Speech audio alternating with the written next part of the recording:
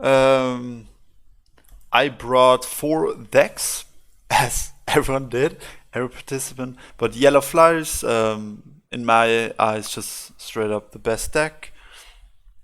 Maybe it's gonna take some bans.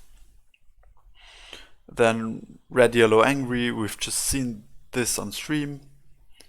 Really strong deck. I think it's good against Flyers. Good against Green. Good, kind of weak against Swarm types of decks, but we don't see them too often. So that's why it has a lot of good matchups. Then the Overgrown Beast, really like the deck playstyle. Probably this deck that suits me the most or my playstyle, and I really optimized it towards my liking. And then the Green Tree has a lot of polarizing matchups, a lot of bad ones. Not the best deck, like loses a lot of games, but when it has a good matchup, it tends to win. And that's what I like about decks in tournaments like these. Even if you don't perform well on a deck, that you still win because it's just a good matchup. I like these polarizing matchups. I like that. And yeah, this is my lineup. I'm starting with my beast, and what you have to know about it is an extremely difficult deck to play against. If you don't know how to play against it, I mean, it can become, yeah, I mean, it can become pretty unstoppable. And yeah, let's see how we do. We want to build 4 lands in total, 2 lakes, 2 forests, and usually how I like to do them: 2 forests in the back, and then double neutral, and then 1 forest and no 1 lake and then 1 forest. And usually, if this, I don't like to hover over because then this weird UI thingy appears. I don't want that. But usually I like to have my lake here and my forest here, because my lake, my jump creatures are in range of phase, and my forest creatures that don't have jump are also in range of phase. But depending on the hand, depending on the matchup, you're not always gonna get it. And yeah, like ideal would be the lake at the well, but it's not the end of the world if you don't get it. That's just kind of the typical lands that this deck wants to have. But yeah, it's just different from game to game. You'll see that pretty much every opener of mine is gonna be different. I start double neutral in one game, which is kind of funny. Yeah. Yo, Darius, what's up? Then, yeah, don't hover over the video. Here I went double neutral just to accelerate the lands. And what we want to do, it's against red. I don't know exactly what he runs, what type of deck it is. So I know red just doesn't like sturdy creatures, and yeah, that's why these octopus are always going to be 3/7s. And here the plan was initially just to go 3/7 octopus, maybe get my Fugu out of, maybe, yeah, no. Shifting octopus defensively and then just double collect with the Fugu. But then I drew the boar, which is kind of nice. Like, he's setting up, in my eyes, an axe grinder turn with the land that he just played. So I just like to stop it with the dash creature. And that's why I kind of deviated from the plan that I had earlier, and from the lands that we kind of want to have. Like I mentioned, this forest, you want to have it in range of phase, but yeah, you cannot always get it. And probably we're gonna have to build a land here also just to bridge over. And this would be a forest then. Like the plan was lake forest, build one additional one, but yeah, he stops that. And yeah, he has like the perfect answer. I kind of played into it, but I didn't expect, like, you don't play Rakoa Copter really, and you don't play the Firestorm. And yeah, that's been unfortunate. And the problem now with the 3/7 Octopus, I kind of have the hand read that he has Bomb Slinger in hand. I'm not sure, but the way he plays it, I think it's Bomb Slinger.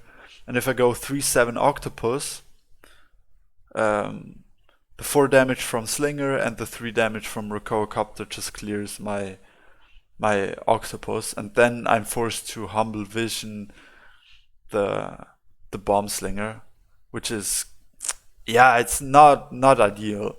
But then I'm like, yeah, maybe he's just on the land for the Rakoa Copter, maybe he doesn't have it, yeah, I don't know. Let's just go for it. It's good stats anyway, and yeah, I have the Humbling Vision in worst case. And here, wait, am I gonna go Mystic Beast? I don't even know. Here I'm debating, oh, I'm gonna go Tower, make it weird for him. No real reason for this. Wait,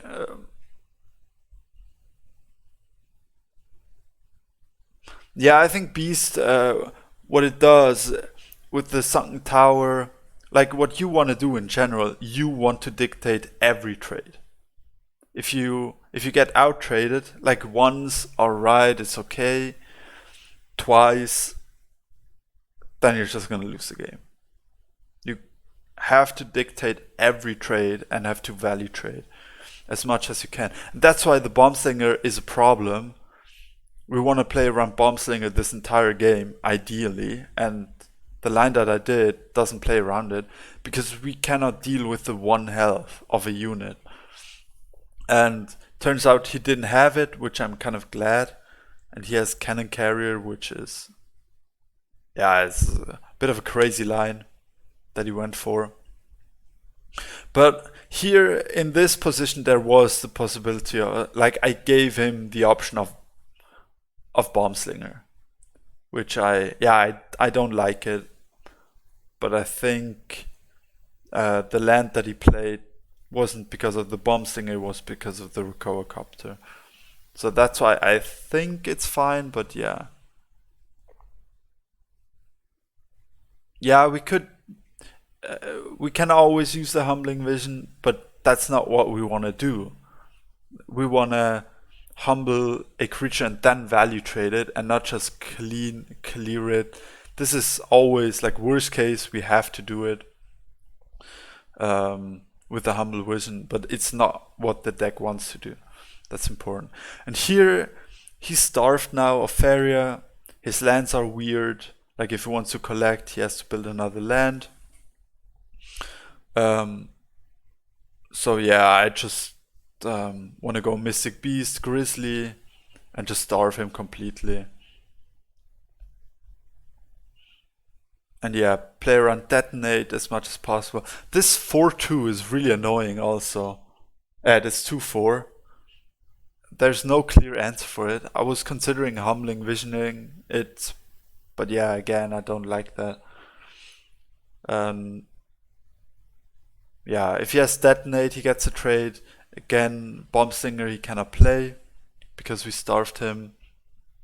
And now he's kind of all in already, and we're still on 20. So that play that he did, I'm not sold on it. I think it's way too all in. He was in a really good position when he had the chance of Yeah, when he cleared 2 creatures with AoE from us. But then, like, this line, I don't know. I don't know. And then, like, we don't really care about the flame burst because we have the tower, and the tower puts our Mystic Beast in range. And I'm hoping to draw Overgrown Tower or a buff to value trade the 2/4, which we do. That's awesome. So we just have to build a land for face and value trade the other card. What we have to consider maybe is, yeah, it's a bit weird. Kind of, we want to hit face, but again, we want to play around Bombslinger. That's really a card that we never want to give him a chance of Bombslinger. But yeah, he's never played it. We still have the Humbling Vision, and he's starved now. So even if he has it, it's fine in this situation, because then we push for 5 damage, Humble Vision, still double collect. So that's why he doesn't have it. But ideally, in an ideal world, I would like to Guidance the Octopus.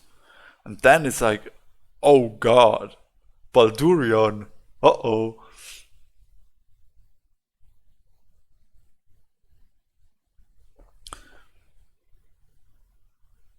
Where did I put the second neutral? Yeah, this is really...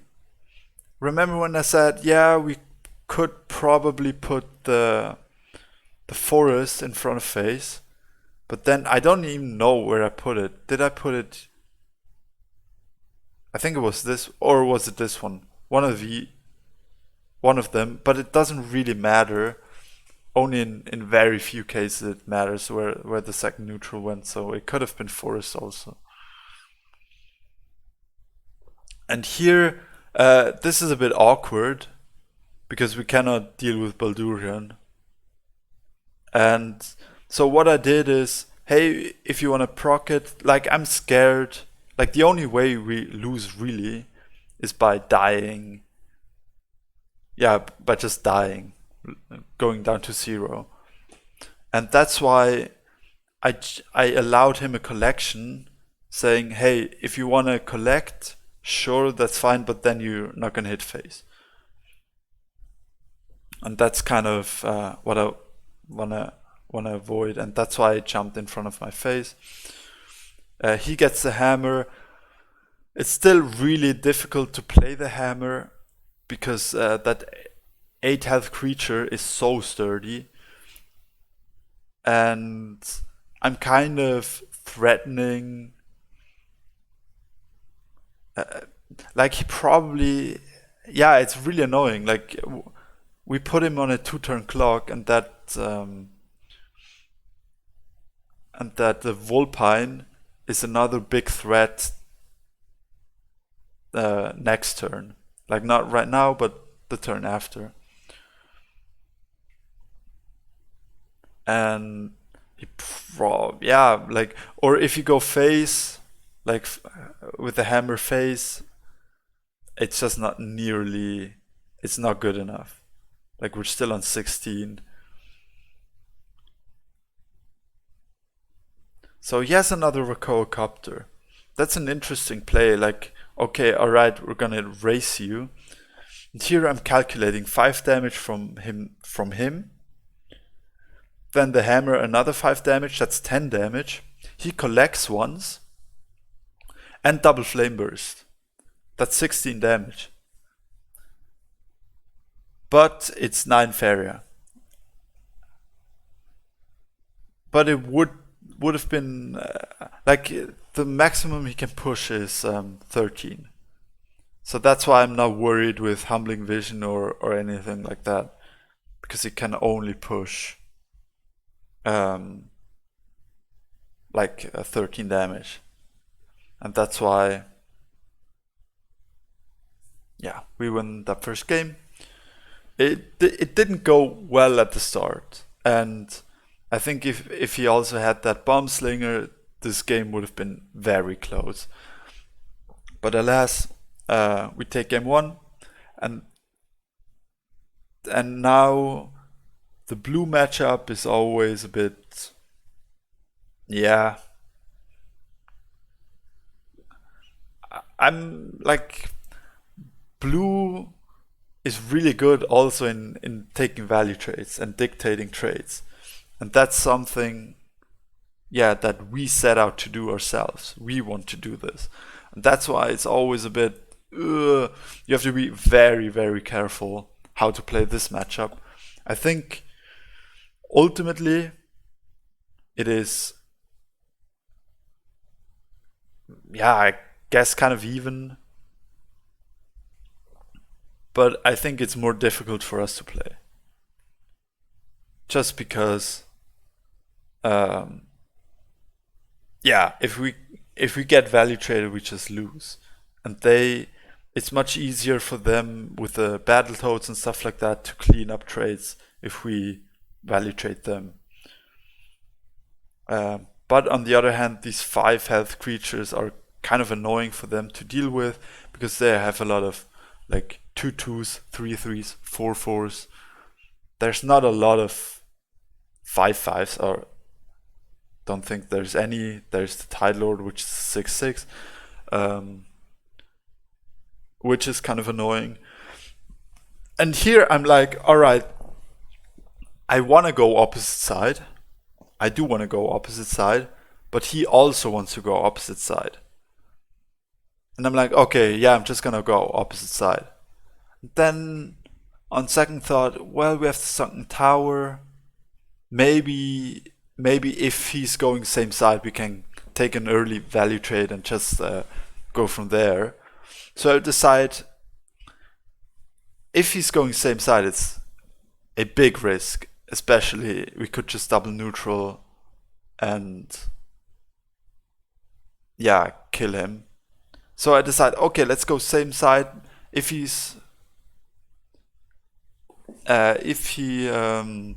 goes opposite side, that's great for us. Then he wasted a couple of lands. And if he doesn't, I think with the hand that we have some very good options to take value trades. And he went opposite side, so that's kind of awesome. It's really good. Trainer could push Triton Warrior to 5. Yeah, but no one plays it really. Hardly anyone plays it. It's very rare. And for these kind of situations, we have Overgrown Tower.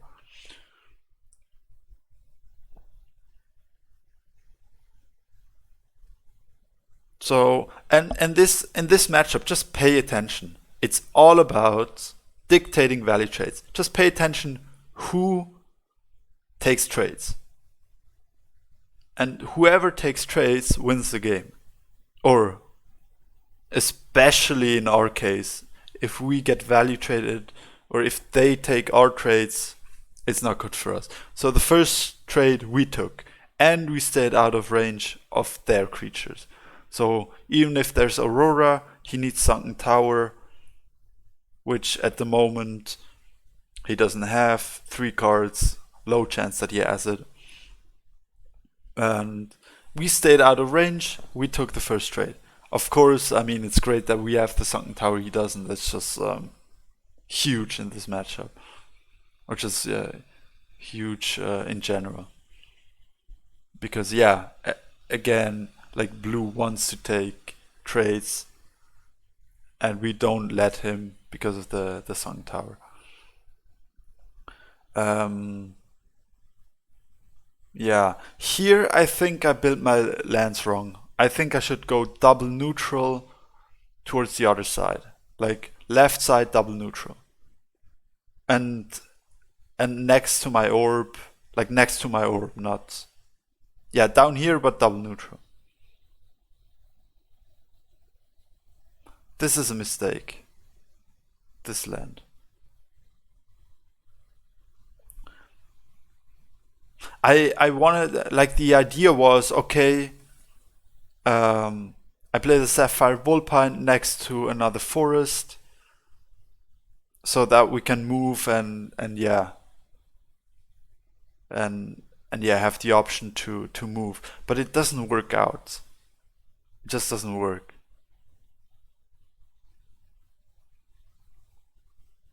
Giving you the 2/2 toads. Yeah, this is very bad for him. Yeah, it's not good because the toads have a very important job, which is cleaning up lost trades. And if the toads are getting value traded, you don't have anything to clean up the trades anymore. So this is basically just a free trade now. And that's why toads and blue mirrors or in this matchup, they're super important. And you cannot like sacrifice them.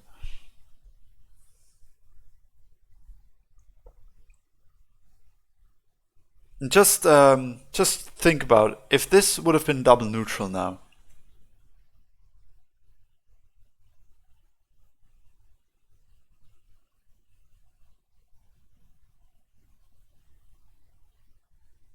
Oh, spider's great again.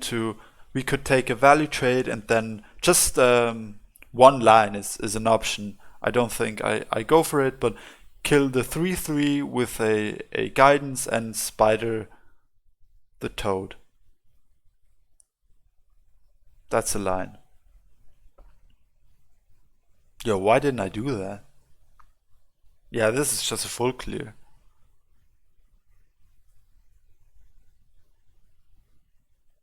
I think I miss it. Yeah. Yeah, that's a missed opportunity. I could have full cleared. Just spider the 2/2. Yeah, but I think this first series I didn't play particularly well. But yeah, this was a full clear. Missed that one. Yeah, that would have been game right there. Why didn't I see that? I mean, it's not so difficult to spot.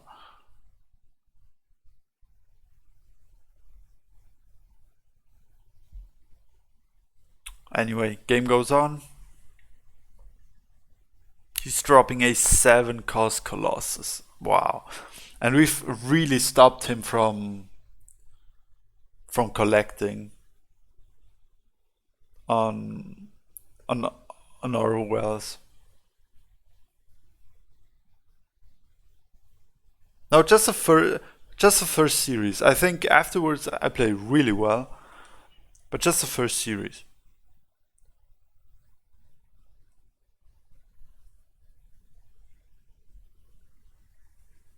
I wasn't like I played into this AoE threat, played into bomb slinger, yada yada yada. Here I make another mistake in this turn.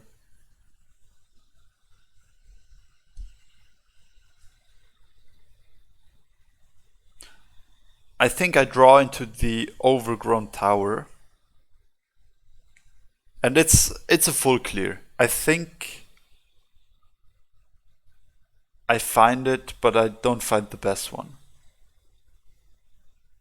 So what we should do is, wait a second. I mean, it isn't that easy actually.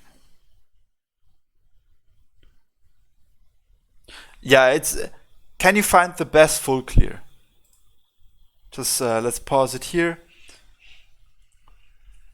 And you can look for it also. Like the first thing, or you can mute me or whatever.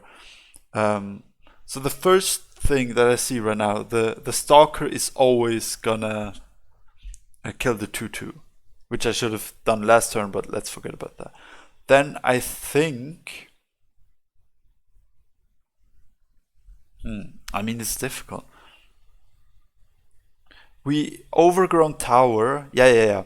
We overgrown tower the Fugu on the right, to take the value trade on the 3/3. We guidance the Sapphire Vulpine, hunt down value trade on the 4/3, and kill his 7/7 Colossus. That was the perfect full clear. Then we keep this boar, we keep this guy, we have a spider alive, a Vulpine dies, and we have tower on board, and we can even follow it up with, like, we can play our entire hand. This is 13. So we have a Vulpine on board, we have this on board, we have this on board, we have spider on board. And it's full clear. And I missed it. I full cleared, but I think, yeah, it wasn't particularly a good one. Wait, how many creatures would that be? That's 4 creatures on board. Yeah, we could have 4 creatures on board.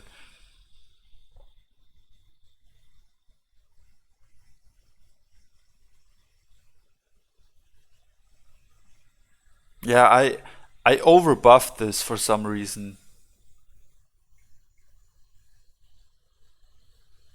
And now I could still hunt down with the Vulpine, or hunt down with the Stalker would also have been an option. So yeah, thing is now we only have 2 or let's say 3 creatures down, but we missed the double collection on the right side. So that's a big difference.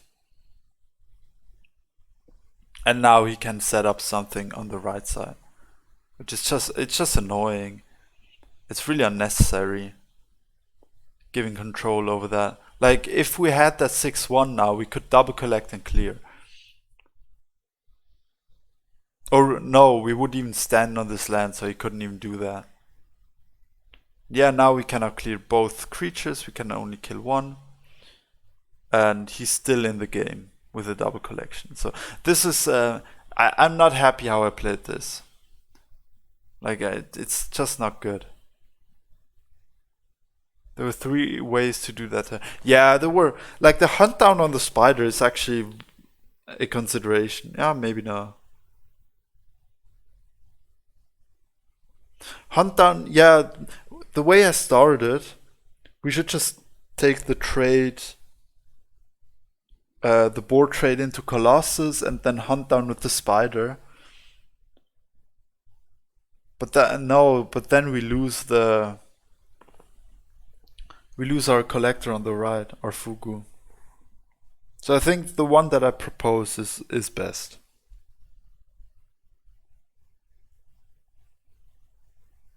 And yeah, really important, again, we don't want to allow value trades. Really important to buff our spider out of range. Just small details, but it's really making it awkward for our opponent. Like, if he plays Aurora, we have the answer, like the cleanup trade with the Vulpine. This is just, now it's just suiciding creatures. Like, we have another overgrown tower charge. So we can just take this trade. I think I'm gonna full clear here.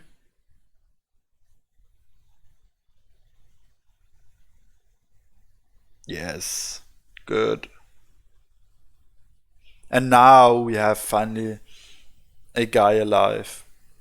This Grizzly is super useless. I would love to have it on the right. Maybe I should have waited 1 turn to have it on the right, because here it's not doing anything.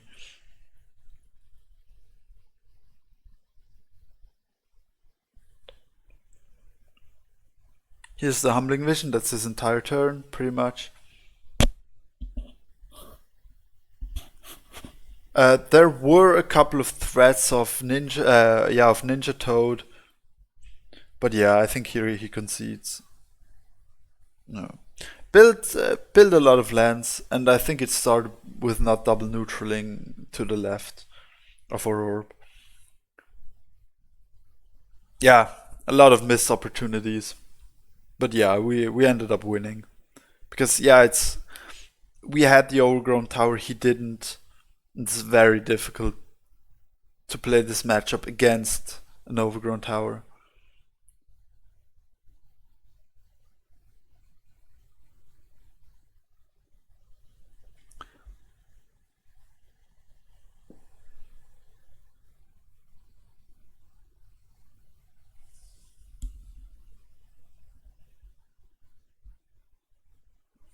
Vulpine's this game felt horror. No, I don't think it's the fault of. I think the game just played different.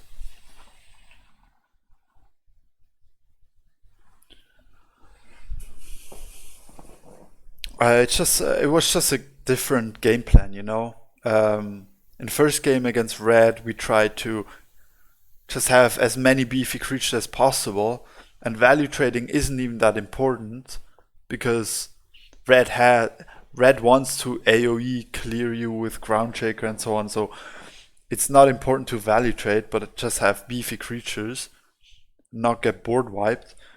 And in that last game, it was imperative to get value trades, and that changes like the dynamic of the game. And here, what I like to do is have the forest, like with Vulpine turn 1, I like to have the forest next to my orb. This is interesting. I was very. Like, this was strange. Why would he go opposite side with the Eridon? Yeah, I liked this setup with Vulpine going second. So now Vulpine collects and it's always ready to step in, like the emergency guy. Hey, just hit me up when you need me, and he's just on standby, waiting, and can jump into the action always and has a purpose. So I really like this setup.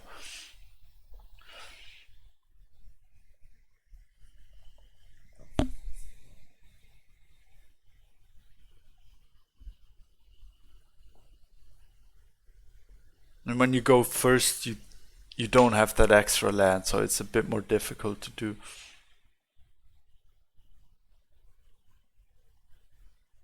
Yeah, Vulpine, they have a big drawback.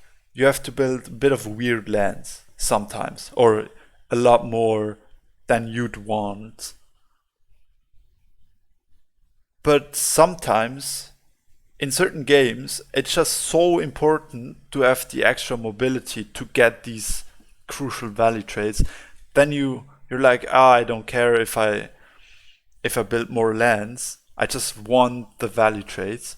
And sometimes you have to just play fast, and then you're like, okay, great, it's just a collector.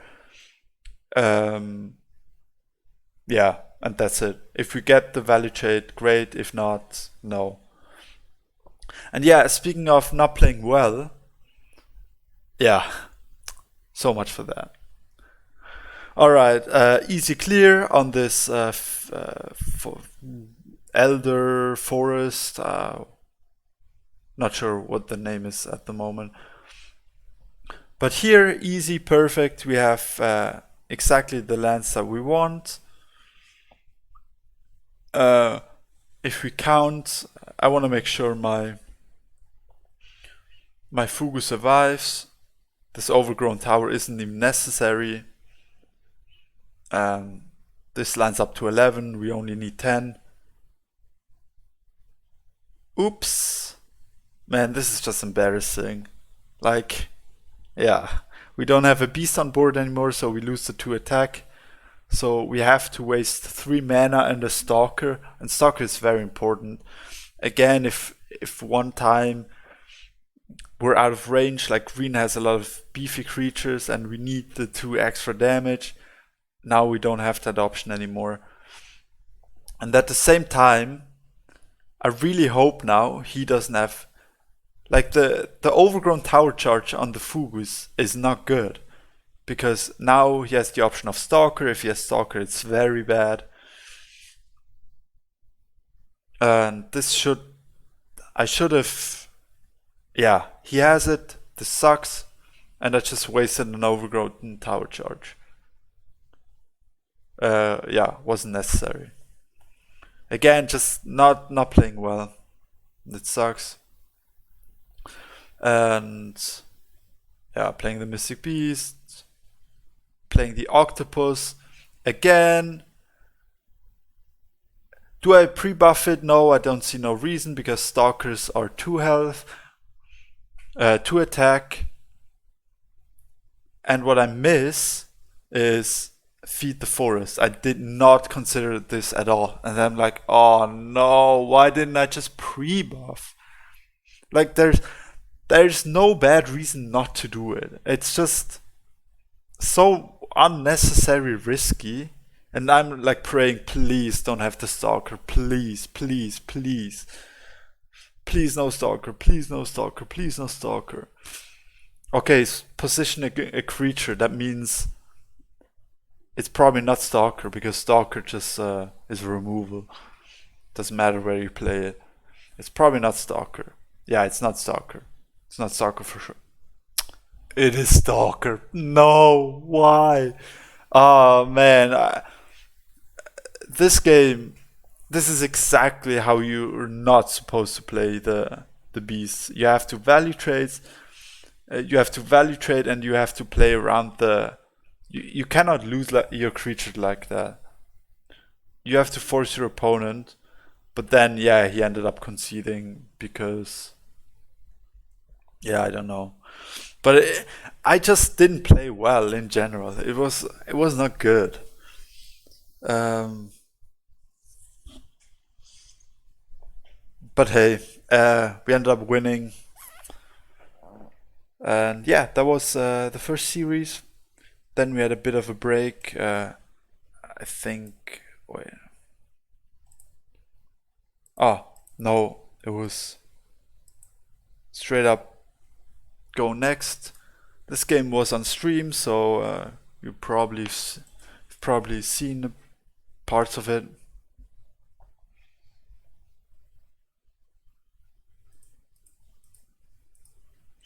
So the first part of the game we played really fast.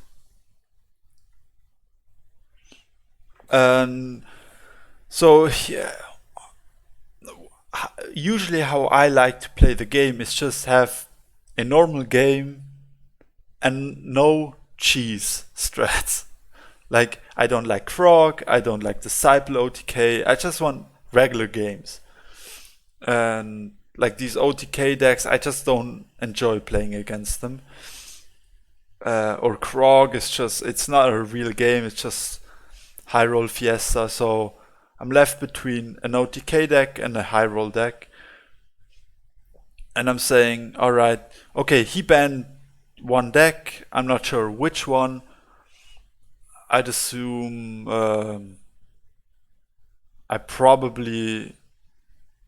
I think he probably bans my flyers, and then he has all the flyers left. Maybe he thinks, oh, I don't feel comfortable playing my monstrosity against the angry list, so I ban angry. I think he bans one of these two, and I think this is just high roll, just a weaker deck in general compared to the Disciple list. And I haven't played a lot against Disciple, so I don't really know much about it. So I just ban it. And especially if he bans my flyers, then there's no answer to Disciple. So he ends up banning beasts, which is interesting. So I think he thought that I would ban Krog, because I think we played like 2 times before and I always banned his Krog. No, that's not even true. But I think he knows that I don't like playing against Krog, so I think he assumed that I would ban Krog. And then he's like, okay, my Disciples, probably the weakest matchup is against Beasts, so I ban Beasts. Maybe. But I might just be reaching. That's maybe just thought maybe he thought that was blue-green jump. I don't know. Maybe just doesn't want to play against it. I don't know. And here I pick my green tree because it is terrible against all three of his decks.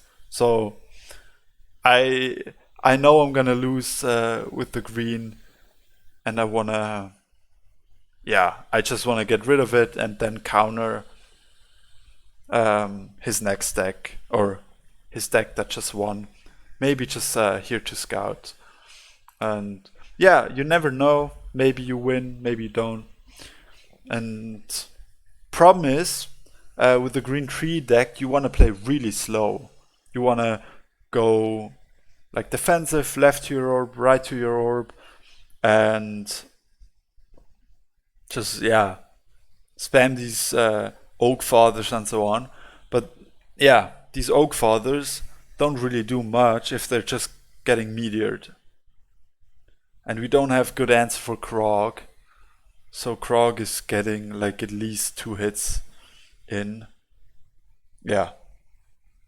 And so I decide here what you have to note, this is just tree stuff, it's important.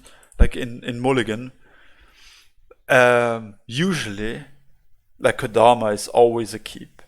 Here I'm not sure because I'm probably not gonna get to play Kodama ever. Maybe. So that's why probably I should mulligan it away. Probably.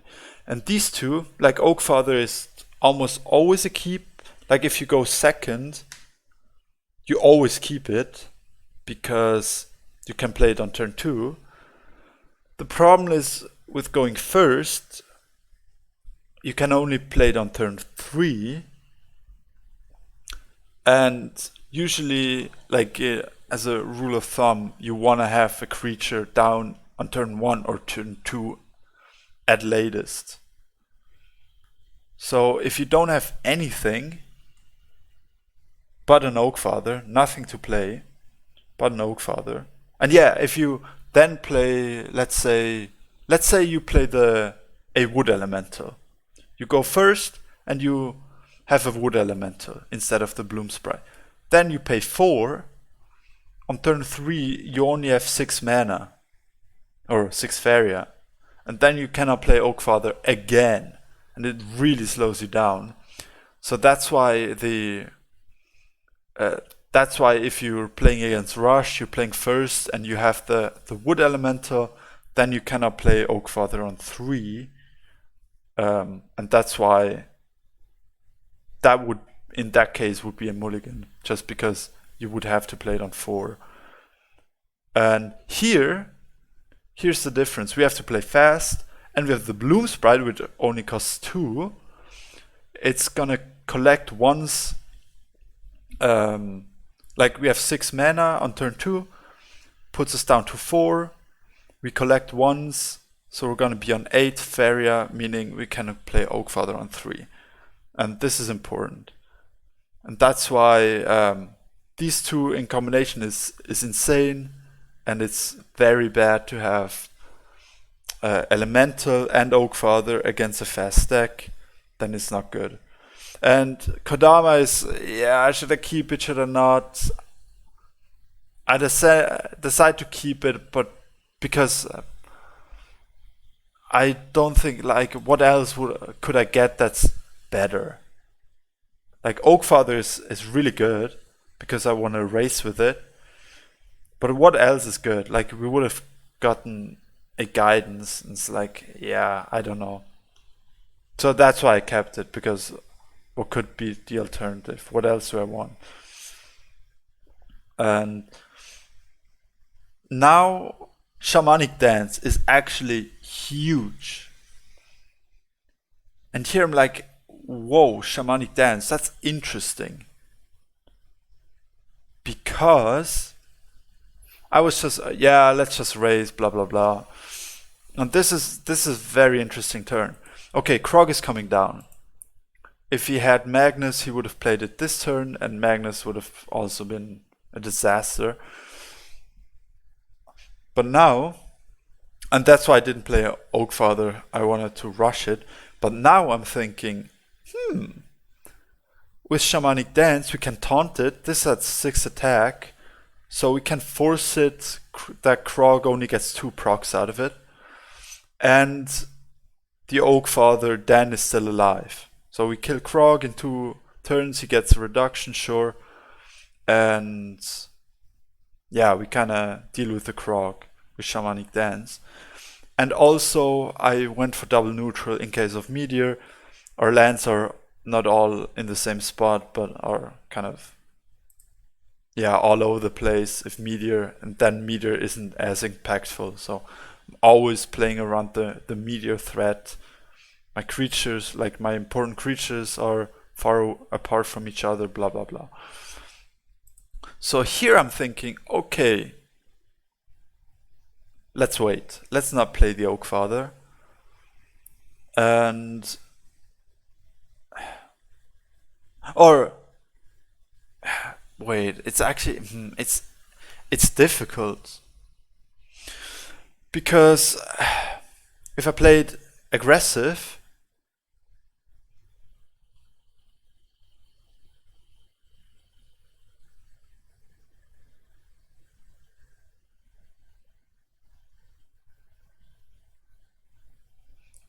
it's aggressive. You can play it aggressive, but then yeah, Krog is gonna be out of range. If you play it in front of face, or if you play it here, sooner or later we're gonna have to build this land anyway because he's just gonna sidestep us. So that's why I decided to just play the land in front of our face. But I think I should have played the Oakfather here, just here, and in case he just goes straight down or he goes side, I don't know, then we don't have to build the lands. But yeah, like he's a good enough player to force us to build the land. So yeah. Warwick is saying that if we draw the Wood Elemental, we can play Oakfather, of course, with a +1 against a fast deck. That's obviously true. Yeah, that's correct. Usually, in a slower type of game, you wouldn't want to play the +1 because you want to ramp. But in a fast game, yeah, it doesn't matter. So yeah. True. You should in that case, yeah. You should keep the elemental Oakfather combination. That's good. So we draw a second Oakfather, which is huge, and we have exactly the right amount of mana to play Oakfather Shamanic Dance. This doesn't really matter where it goes. And hitting or not hitting. So now we have a defensive creature and an aggressive Oakfather. That's perfect. That's sick.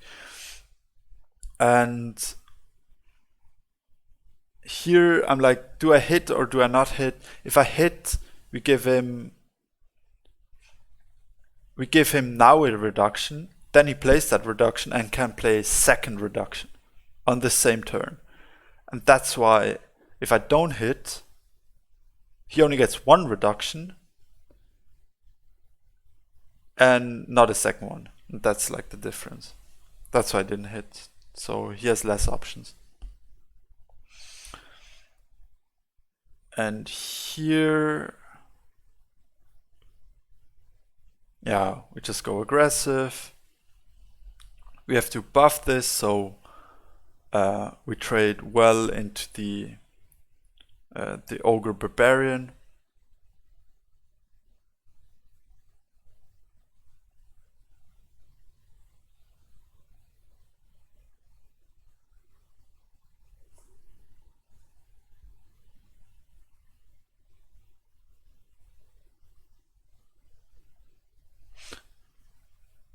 And Groundshaker, he has so much failure. I mean, it's a terrible matchup in general. And here I'm praying, please! Oh, sad. And a free ogre battler, sure, why not? I think he should have played this defensive. This gives me option. I think from here on out, because he played this aggressive, I should win this game now. I should win it. Like, I see where he's coming from. He wants to set up lethal, blah, blah, blah.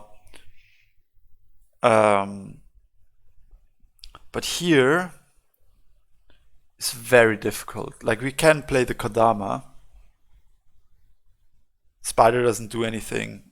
And the Tiki Totem is nice because it elevates our Kodama to a 6/6. And here, a couple of options. Tiki Totem as a blocker.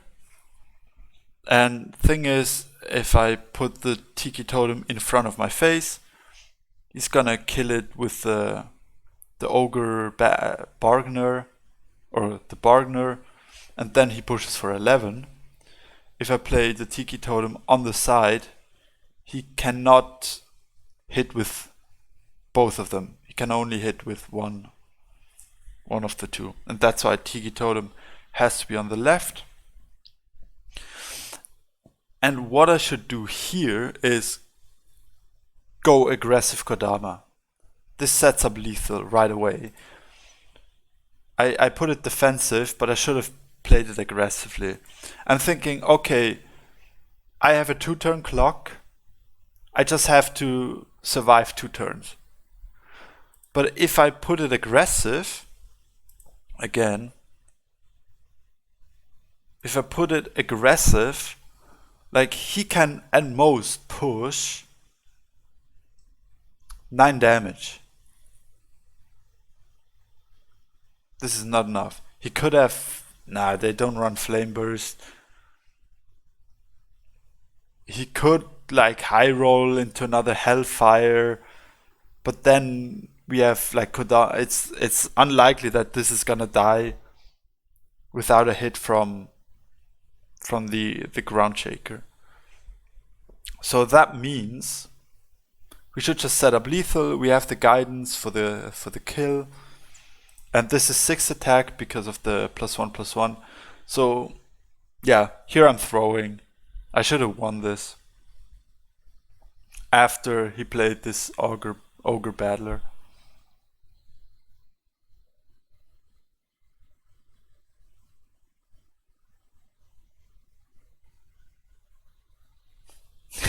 Yeah, no, that's a very good point.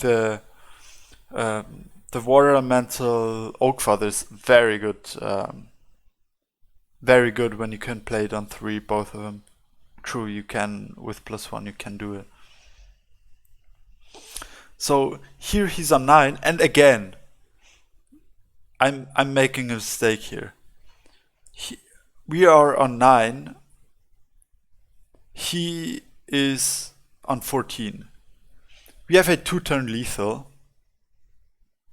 2-turn clock. Now there are outs of second battler, blah blah blah, in case he doesn't get the lethal.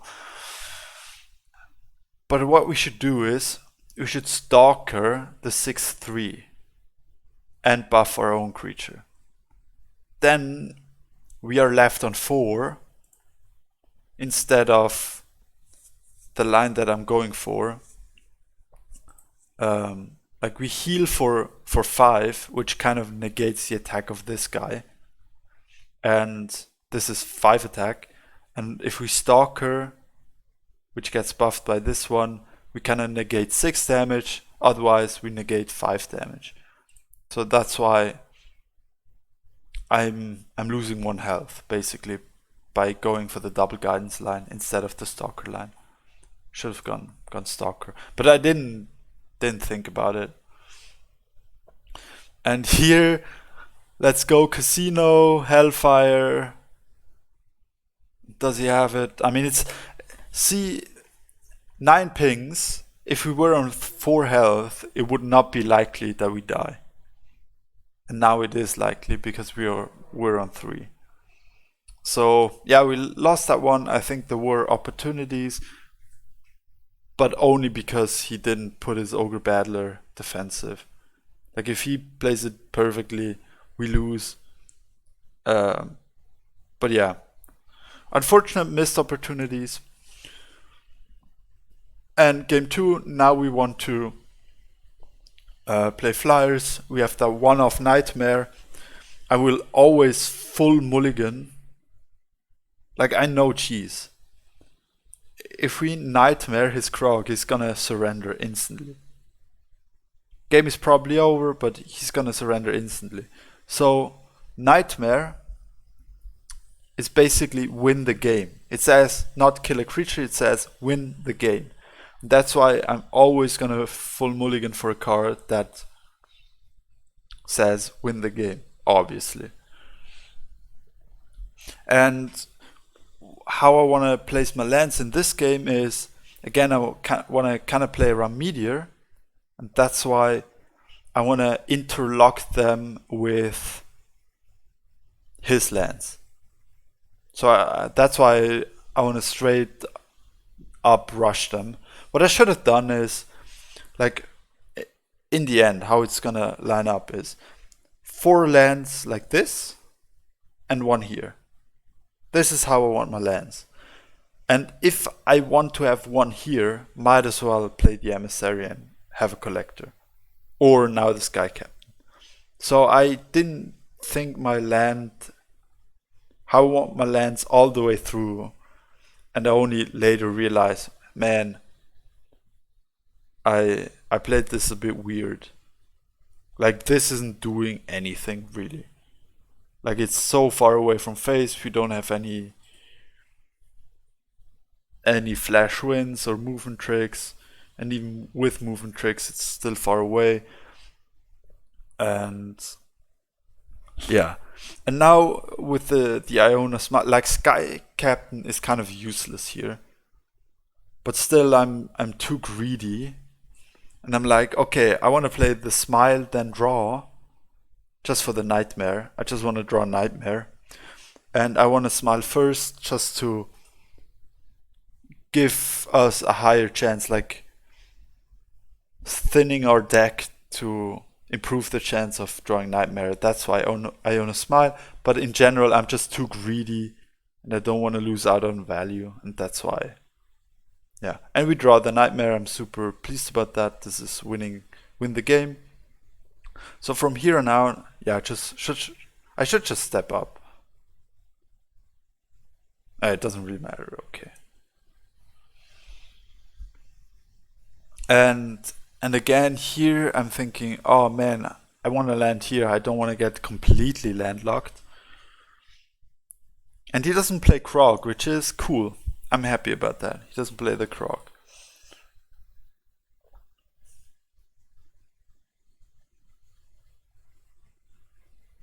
So here, I don't want to get completely landlocked. But I'm also thinking, hey, if I go Manta up here, like we always Spirit Theft, right? If we go Manta up here with the champion the following turn, we can start and raise. And we would still have enough area to Nightmare his threats. But then I decide, I don't want to be out of range of his creatures. He doesn't have Krog, so maybe Nightmare, we won't need it too soon. He's probably rather going wide. And if he doesn't have Krog, I don't really care. Like, the biggest problem with this deck is Krog into Meteor, blah blah blah. But I'm spreading my creatures, Meteor isn't really a problem. He doesn't understand the shake. Oh yeah, I saw that. I rewatched stream. He doesn't understand the shaker. I think he wanted to just have the body, you know? Just to have the 6 health body, maybe force 2 trades into it. Like Soul Drain, Spirit Theft is kind of likely, so that's why it's a bit weird.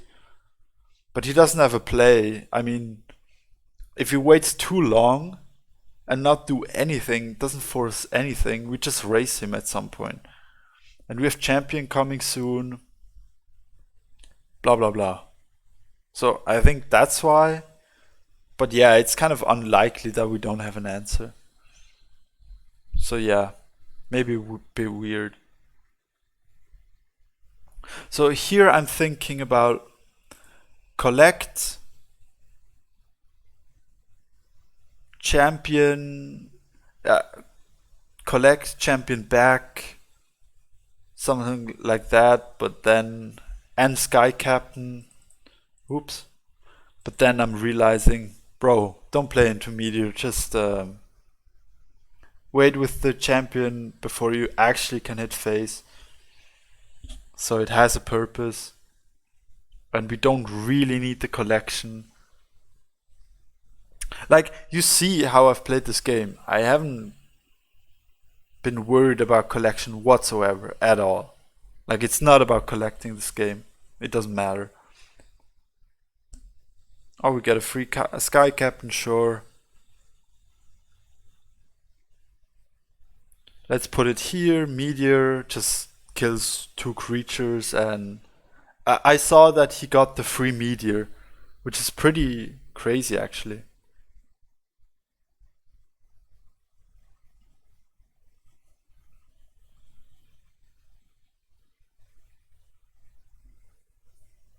Maybe he didn't want reductions on the ground shaker. That's also an option why he played the ground shaker. So he drew the Meteor. And I think like Meteor is never gonna be great because he can never kill a lot of lands for us, or a lot of our lands, but you got a free Meteor. I mean, at some point, there is always gonna be like an opportunity where you maybe can kill 2 creatures. Like, we set up our lands in a way that he's gonna suicide lands of his own, but just a Meteor here is gonna kill 3 of our lands and only 1 of his, and is slowing us down considerably. Like, he drew, that means he cannot play it this turn, but it just slows us down, right? Or maybe if he's worried about a vengeance. Yeah, I don't know. But he ends up surrendering. But I feel like if you have the free Meteor, there's always a chance uh, to bring a game back. So this felt a bit preemptive. But he always tends to do that. He surrenders relatively quickly. And he decides to go for Monstrosity instead of Flyers, which is interesting. Like, the Monstrosity matchup, I mean, it is fairly similar to the Flyers, but the problem is you really want that win condition.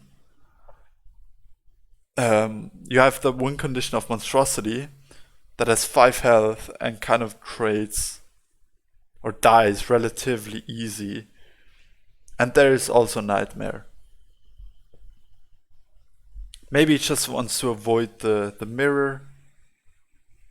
That's acceptable. I mean, that's acceptable. He could have considered that in the banning phase.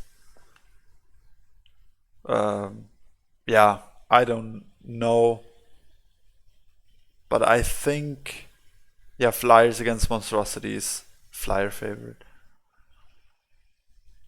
So we get the early Sky Captain. It doesn't. Moonfaster said it doesn't really do anything in the Flyers Monstrosity matchups. That's kind of right.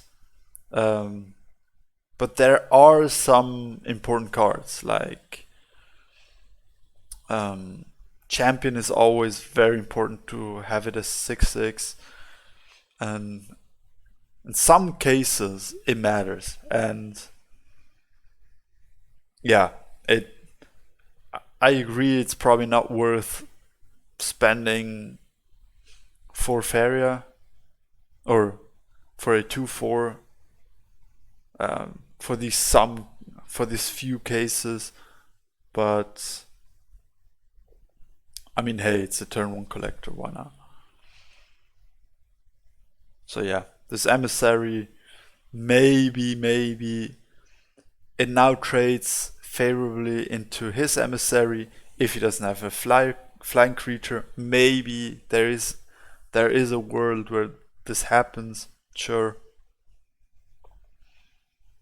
And he has the emissary, so yeah, this is never gonna happen. So now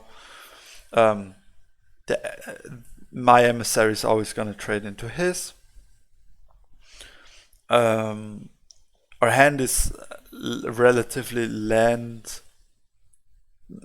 intensive, so I don't want to draw just yet. We need to at least have the option to next turn being able to play Spirit Theft and Bloatfly, so that's why I not draw.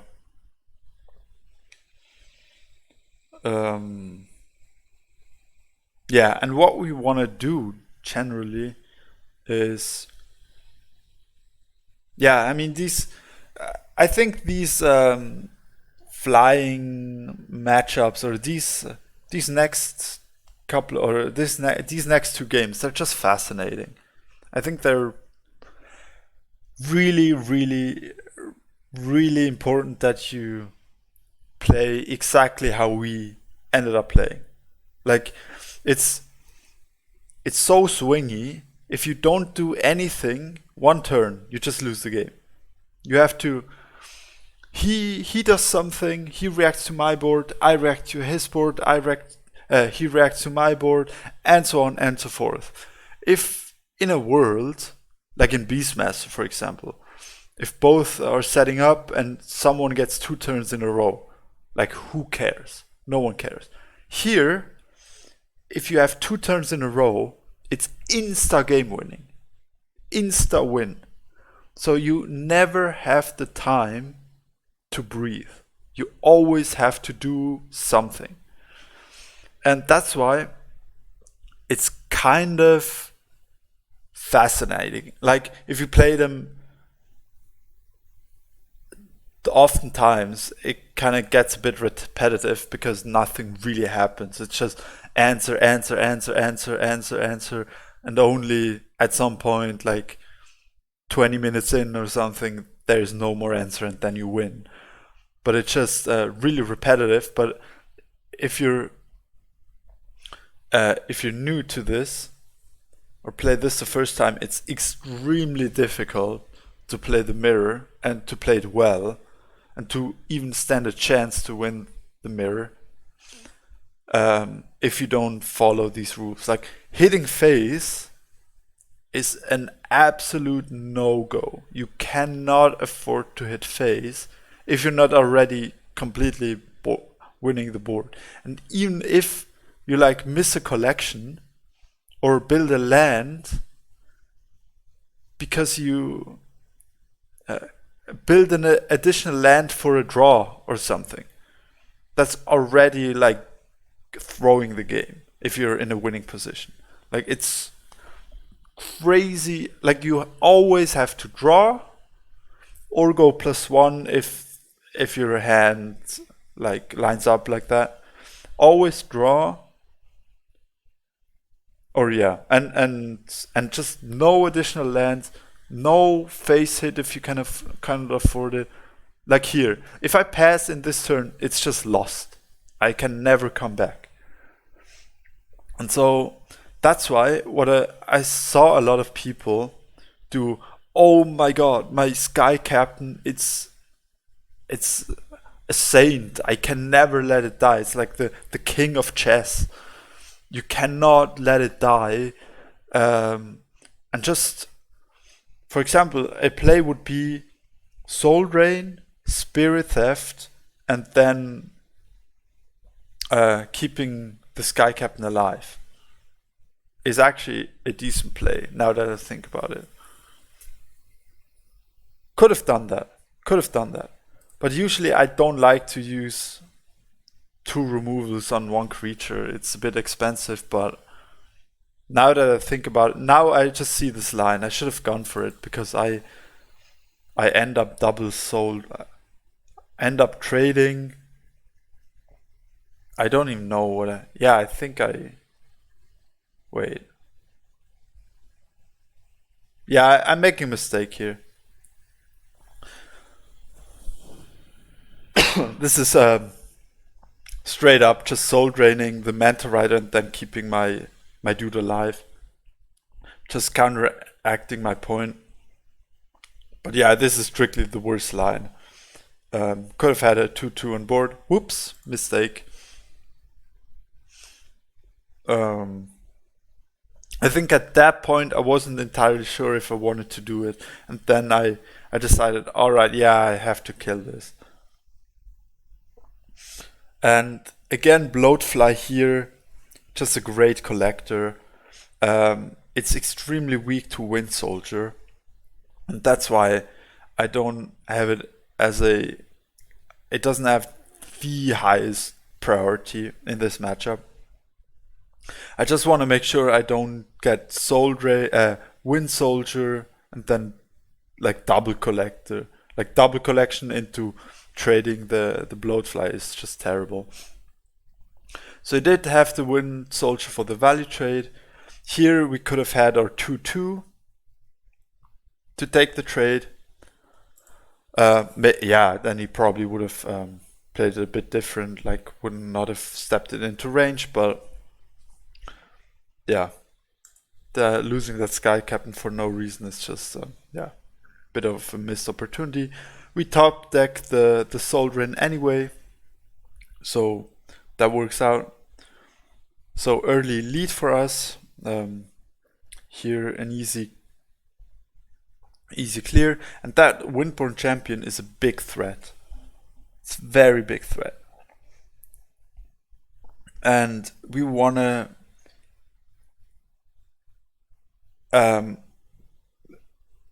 Windborn Champion, you don't want to trade it off unless it wins you the game.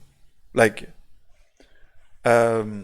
if he doesn't play anything, of course we always take this trade because it full clears his board.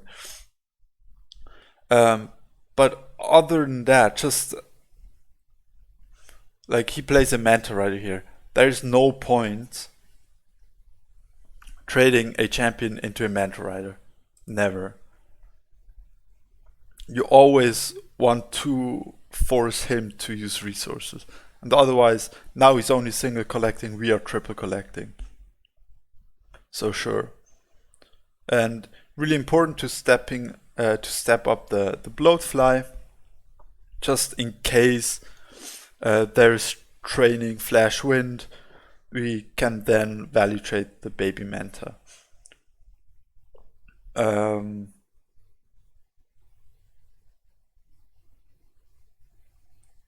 And he did have it.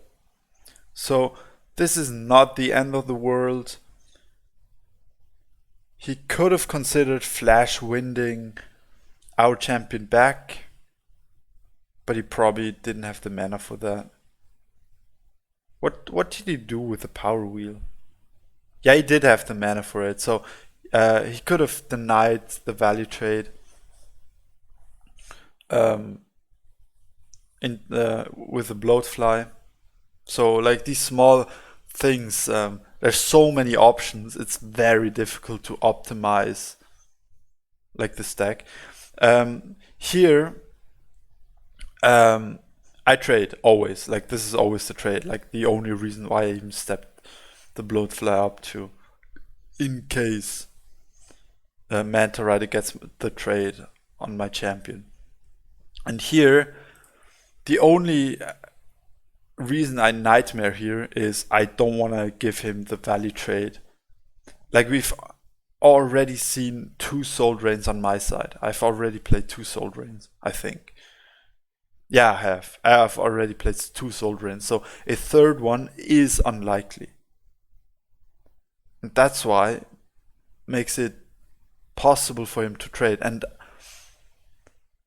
And it gives him option, like if he has a second monstrosity, maybe he's afraid, he doesn't want to lose it to his 3rd Soul Drain.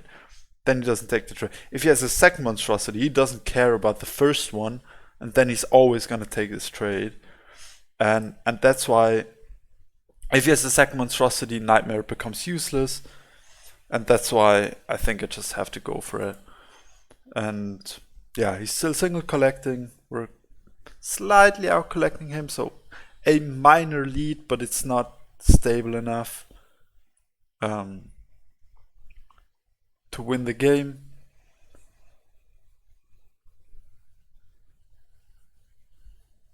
And he has a really good follow-up of the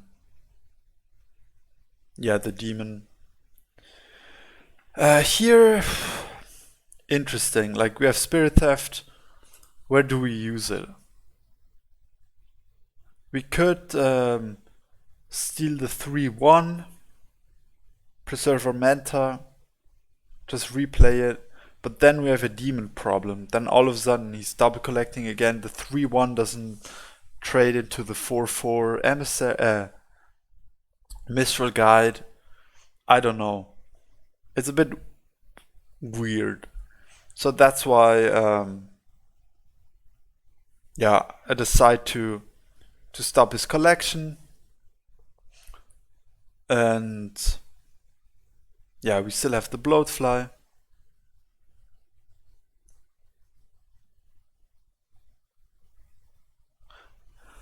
Demon could have gone on his desert up there to block.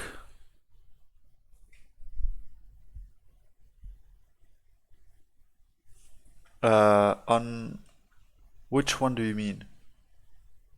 We force a more movement trick because we step back. And now slowly but surely we're edging ahead. He got 2 Faria back from that Google, which is nice. But again, as you see, it's back and forth, always something going on, always trading, blah blah blah. So it's really, see, this, I think this is a mistake. Like, you always want to force resources from your opponent. I stepped back with my Manta Rider to stop a good trade, and he had to use the Fanatic to get that trade. He got an additional collection, who cares? Like, yeah, okay, sure. But he also, like, he got 1 additional collection, but he paid 3.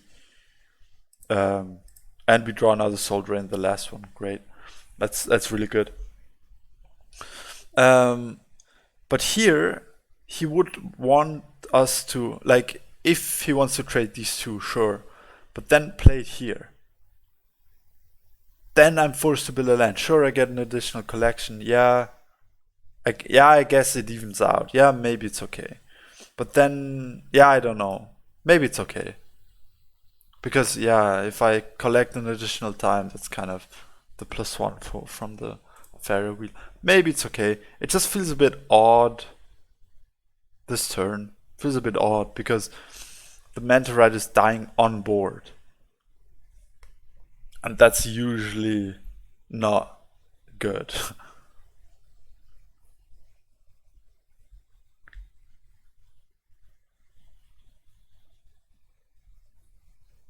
So we take this trade, don't have to build a land, that's great.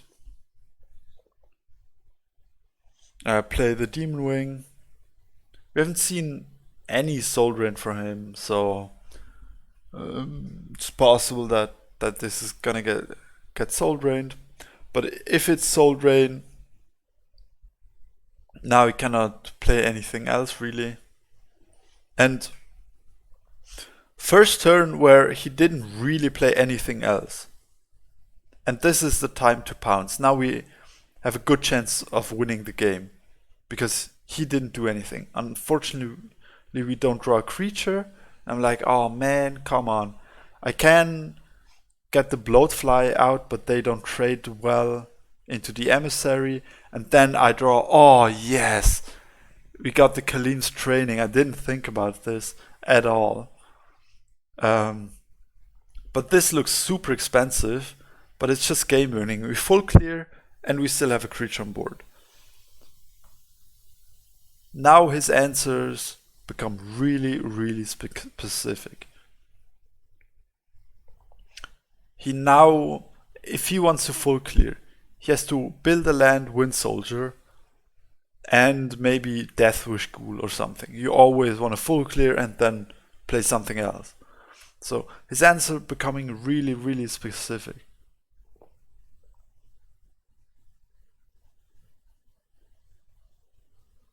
Yeah, he definitely should have, like, he could have used Manta Rider out of range and so on and so forth. And again, this Death Wish Ghoul now has to build a land to do anything, which is great. And I don't want to give him the mana on his turn. Like, ideally, I want to kill this on my turn, because then the 2 mana is not too swingy of a turn. So I never want to collect there. Because, first of all, let's make it awkward for him. If he wants to take this trade, sure, go ahead. Use another flash wind or so. But if I want to kill it, I want to kill it on my turn. Because, yeah, then he kind of has I have more time to react to the +2 mana.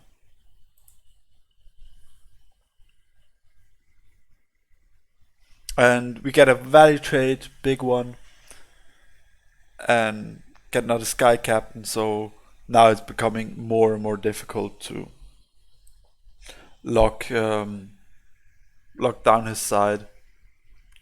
He's still on 8 Faria, which is, it's still possible to come back, but it's 3 creatures against 1 now. We out-collect him. If he plays it slow, it's just gonna get out of hand, especially since 2 Sky Captains, they are scary. And just killing 1, it doesn't do anything. That's a problem.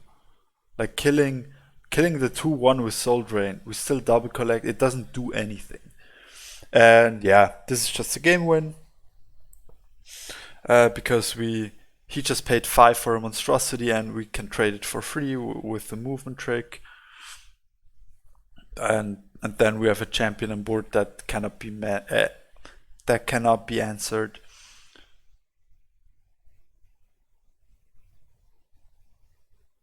Yeah. And by the way, how I would have finished this turn, I would have retreated my 3/5.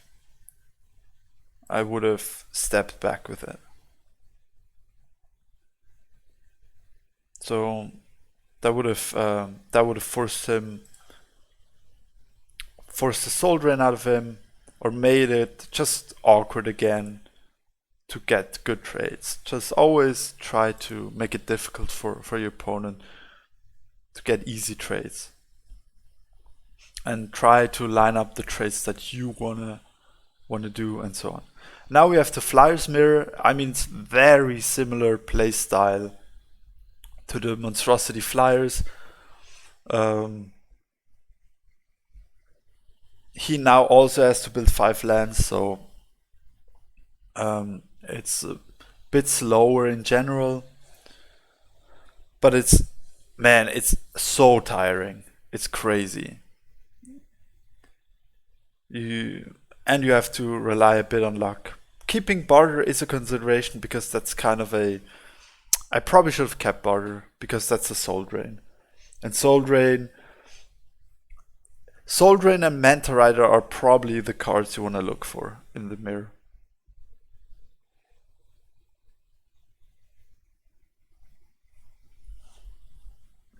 And we top deck the Barter, which is huge. This is already very good start for us. We get the early Soul Drain, and the healing aspect of it doesn't matter at all. Like, as you have seen in last game, both were on 20. It doesn't. Who cares about health?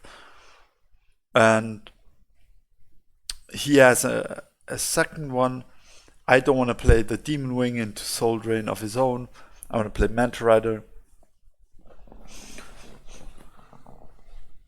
And we have double Manta Rider, that's very big. He also gets a Manta Rider top decked. Nice. And yeah, we just play another Manta Rider. Why not?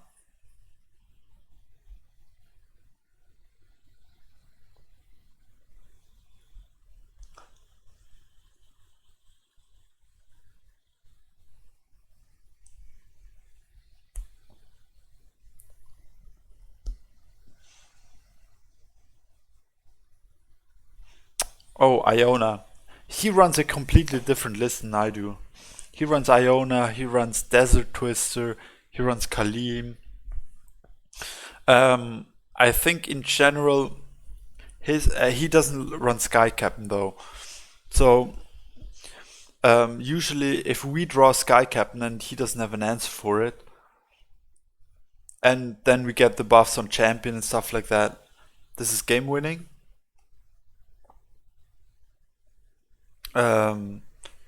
But also, as we mentioned, Soul Drain is so important, and he kind of can just keep Iona alive if he wants to, and just force another Soul Drain or force another Soul Drain out of us.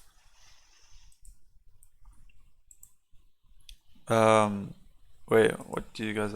The turn you used 3 mobility trick was interesting, though normally to invest that much into a trade. Yeah, exactly. Yeah, I mean there were still outs of the Wind Soldier, but it's really important to um, invest your resources when you can win the game.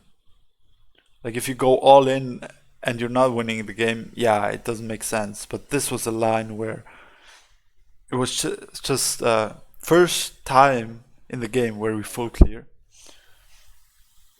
and yeah, then you have to take it and have a follow up, of course. And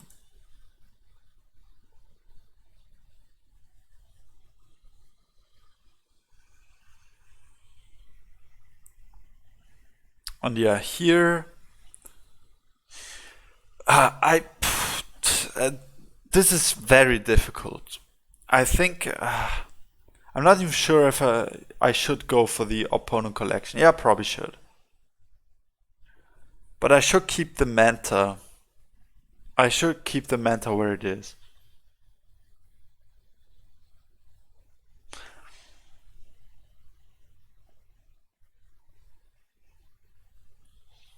It's it's very complicated.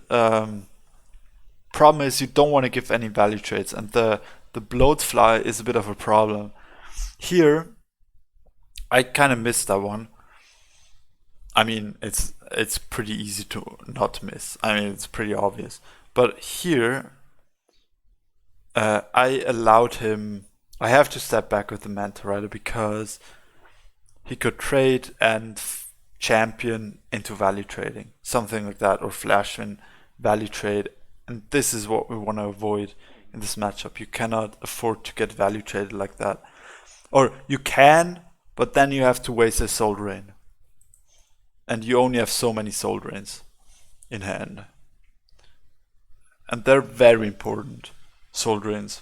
Just because, yeah, eventually you are gonna get out traded, and then you have to react.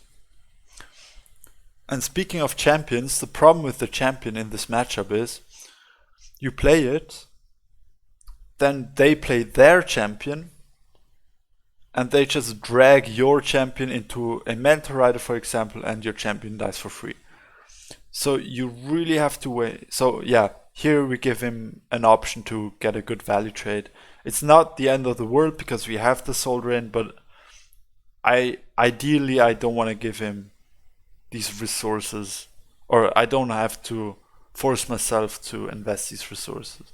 And here I kind of forgot about the Desert Twister or this option. Like there's so many options, and here he gets the free Bloatfly, and Bloatfly most of the time like a huge problem if they're unanswered, and they're not so easy to answer because you want to value trade them Like it's 2 costs. You don't want to trade a Manta Rider into it.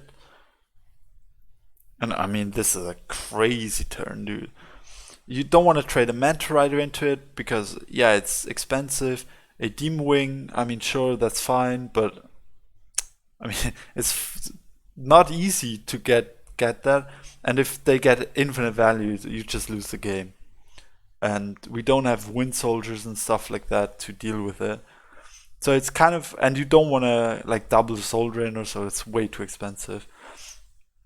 So yeah, he's now in complete control of the board, and we draw like the perfect answer. Again, great top deck. And now this is a huge turn for me. He had like a crazy turn, and this seems like trolling what I'm doing here, but first of all I'm scouting what events he has, and second of all I want the Spirit Theft.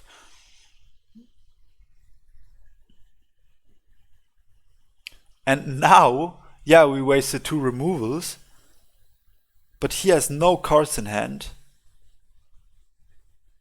We invest all of our Soul Drain, all of our removal for the Bloat Fly turn. Now he has to react. He has to draw something.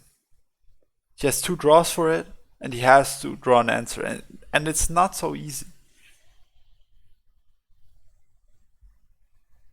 Another Desert Twister, sure, but that Ariana cost you a lot of area.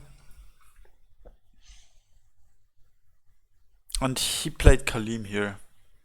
And here in the main stream where Munfasa covered, he pointed out a good line that I missed.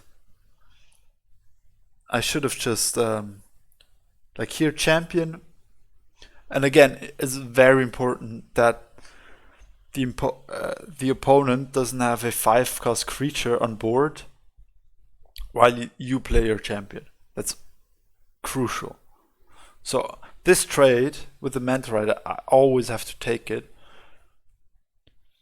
because I'm planning to play my champion now. So I trade. I should have dragged the Khalim and traded it with the Demon Wing, but I missed that. Like drag it to here, and then trade it with the Bloatfly and and the Demon Wing. And I think, yeah, I mean that looks fantastic. With 2 creatures on board, he won. But the trade just doesn't feel good. But how else are we gonna answer it? And for some reason, I didn't realize that. But how the game pans out, I think objectively speaking, this would have been just the right thing to do. But how the game panned out, I think it ended up being better to not go for that line. But like in most of the cases, it's better to clear there with 2 creatures. But I just missed it, yeah. And yeah, he has so much mana. We are on 0, so this game is still looking a bit better than it has done like 2 turns ago. But it's still very much open. It's just back and forth, back and forth, back and forth. No real progress. Like both, like a big part, I got the champion down. That's a big one. And yeah, that was my plan. That was my plan all along. I play my Bloatfly here. If he trades it, we get the value trade with the champion. That was like my plan how to deal with the yeah, with the Khalim, and we know he doesn't really have soul drains. Like we have so many 2 health creatures already. How he doesn't have soul drain? Otherwise, he would have played it like last turn or something. So that's why. And he plays the champion. That's interesting. Yeah, it feels bad, but Khalim is super good because of the 6 health. It sucks, of course, but I mean you have to kill it somehow. And here I'm hoping for something to. He played his champion just offering a trade basically, and whoever can keep their champion on board without the opponent having a champion, it's good. It's good. You never want to have a turn where the opponent has a champion and you don't. And here, unfortunately, and he played his champion and also made sure that I don't have a 5 health creature apart from my champion. So I'm kind of forced. I don't have a good alternative. I'm kind of forced to trade into my champion into his. So first round of champion is down. Again, nothing accomplished. Just so even.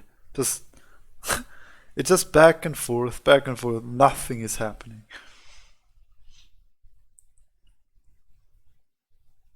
So here I'm trying to protect my baby Manta.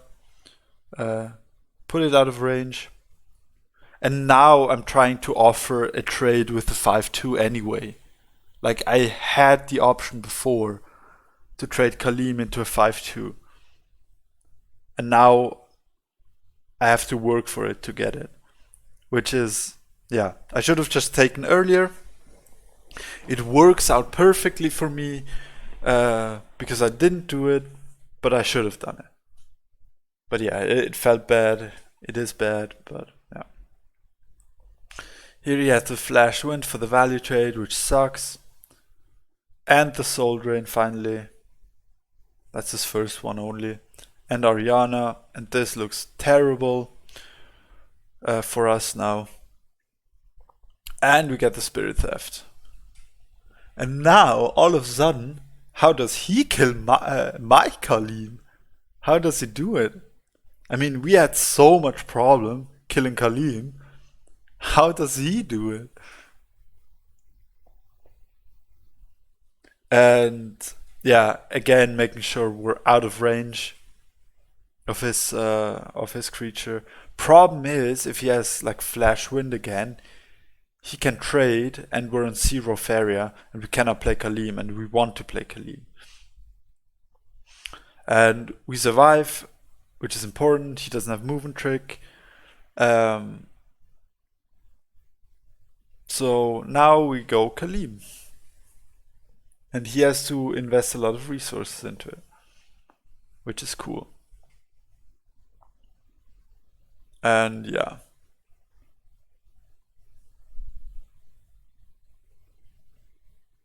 Now threatening the 5/3.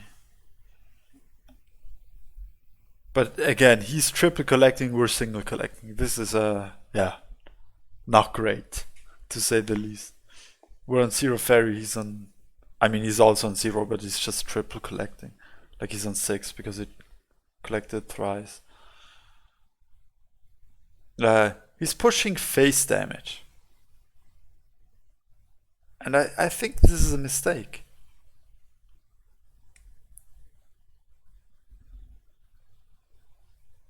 I think that's a mistake.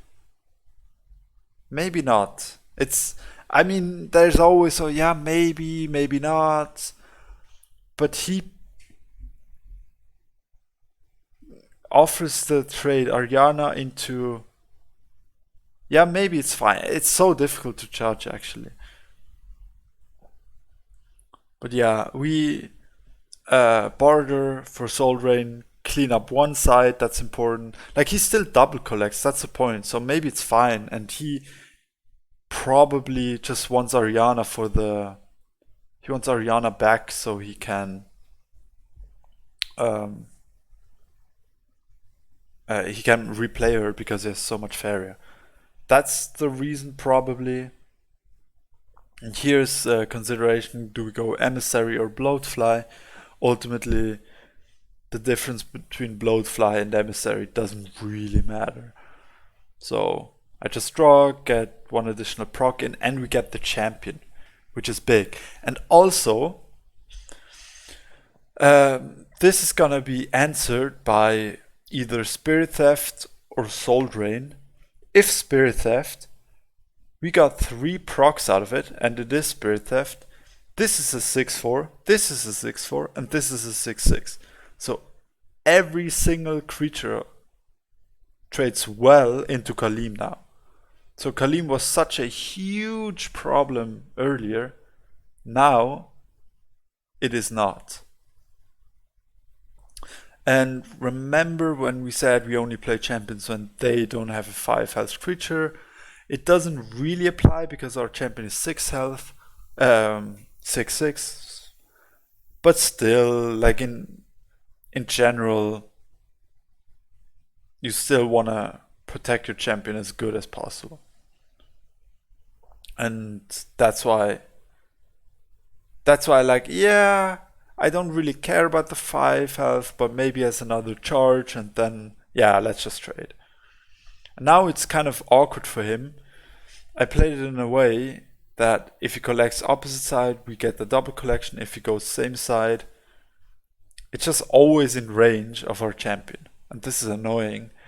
And also, if he just collects and we get the value trade, 3 health, how do you deal with 3 health? You don't. You have to run another creature in. So that's terrible. So you cannot afford that. And what he does is he protects his Khalim. He's saying, alright, yeah, I cannot deal with it. I'll just trade you these 2 for my champion. And I'm saying, yeah, sure, but not now. Not quite yet. And we draw another champion. So here we can really play it slow. Like, there's no rush to do anything. You can play it slow. He doesn't have a good answer to kill our champion. That's just it. So we can wait, maybe we get at some point a better trade and start to repopulate the board a bit. And we have 2 emissaries, which are again very important because they're trading into Khalim favorably. The one is probably gonna be traded into Ariana, but the second one we could use the champion to dash Khalim into the center. Oh, that doesn't even work. Never mind. Yeah, never mind. But yeah, this is difficult now. These 6/6s, they are just a problem. And we have the champion. He could, like, very specific barter into our single nightmare, but it doesn't feel great. Yeah, something along those lines. But really, that's why I like this guy captain. It just sometimes you get value out of it. Oh, double spirit theft. Double spirit theft is a problem because he has to assume at some point I'm gonna value trade. I wanna well played him, but I don't. But I'm close to doing it. No, because he just played 2 spirit thefts. Now there is no answer for the 6/1. And it was, and we have a second champion down. So yeah, this is game now. He's starved of area. So really, what made the difference is that Sky Captain who got 3 procs in, and because Khalim was so important in this match. Like, I had Khalim, He had Khalim twice, and that's why, only that's why, only because Khalim was so contested.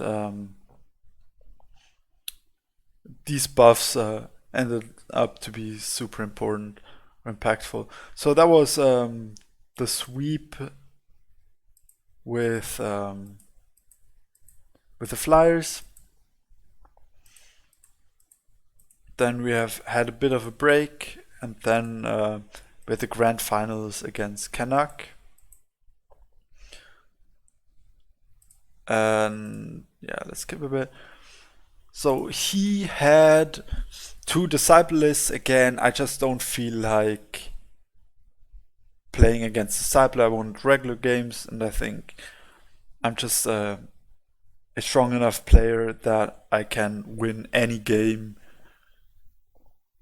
if it's not like a cheesy type of deck where you just get OTK'd or something happens. I just want regular games, and I think then I can have a game at least where I have a chance to win, and a much better shot at winning, I think, instead of just hoping to not get high rolled by disciple deck. So I banned one of them. Yeah, not sure which is which. They're both a bit weird. I checked back my recording to see what list which was cheeses, and he had 15-15. So I wasn't sure which was which. Both were 1.8, and yeah, this one was 15 deserts, 15 lakes, and his were a bit weird. So I wasn't sure which was which. So we go back to our beasts again. I think into his lineup really strong. Like he has a red list, a red yellow list, and like disciple. And disciple is fairly slow, and we have hunt down, humbling vision. So I think the beasts have really good matchup into all of his decks. So yeah, let's just start off with it. And we go double neutral, we have the sunken tower, just to accelerate our game a bit. And since we go third, lands are a bit awkward in general, a bit more awkward than we go second. So that's why, yeah, might as well go double neutral. And yeah, just Fugu, just it's just threatening, right? The jump looks at 2 of his lands. We cannot buff it at the moment, but yeah, maybe there are options. And yeah, sunken tower, just for information, sunken tower next turn doesn't really work, because we have to play our second land first, and only then like ideally we want to move the first land and then jump. Wait, no. Yeah, like this we cannot reach, even with the sunken tower. Even usually we would. Wait. Yeah, we can. Never mind. We can't reach it. What am I saying? But not with the overgrown tower.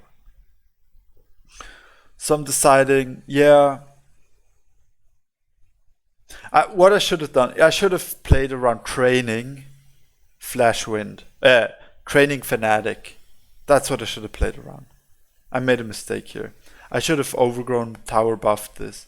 Because again, remember when I said we cannot get out value traded, and I gave him an option to Fanatic training Fanatic. And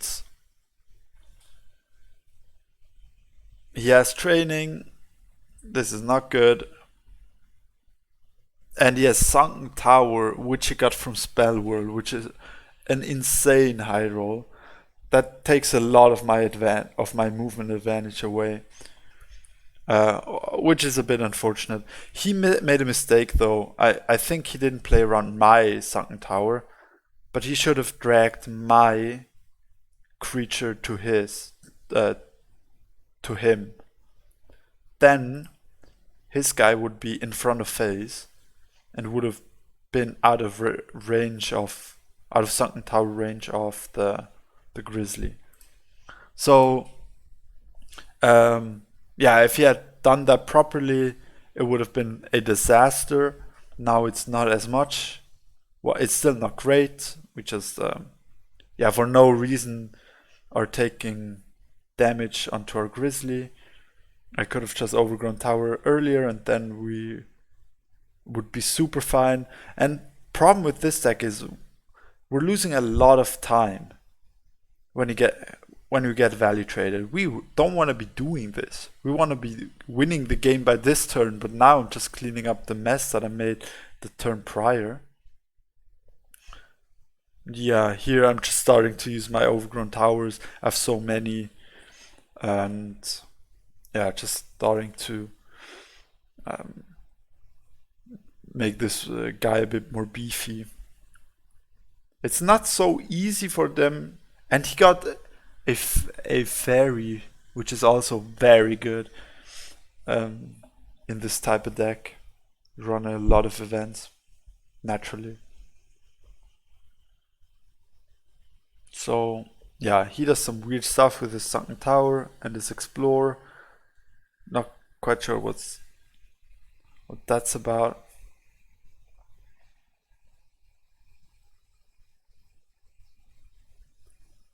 So his lands are a bit awkward. They're all in range, or at least the one that I dragged, it's in range of my creatures, and that's just what I like to see. That's really good. So yeah, we just start to hit phase. Here I could pre-buff my Grizzly again, but I want to spread my stats as much as possible in case there's Humbling Vision. I don't know exactly what he runs in his list, so I decide, okay, I'm missing 1 damage, but it's fine really because we have a 2-turn clock regardless with these 2 creatures. And the 2-turn clock, I mean, it's possible, but there's a lot of things that can prevent that. And that's why that 1 damage doesn't really matter. Like, we could have also Runin's Guidance. And here he has to be really, really careful with that, because this Vulpine, in combination with the tower, threatens the Disciple. Like, he's only on 2 mana, and we have 2 overgrown towers and Guidance, so we have 8 attack, and he's never gonna get this to 8 attack. And we can there was an option to build a land and somehow do it. I think there was a way, but now there isn't anymore, especially since he killed the tower. Yeah. Anyway, the 2-turn lethal is still in play. Still hasn't answered my stuff. Again, I want to spread my damage as much as possible. I could play, like, I know he runs Emperor's Command, so I could play around and make sure my Grizzly doesn't die. But he's on 0 Faria. He gets like 5, maybe 6 next turn.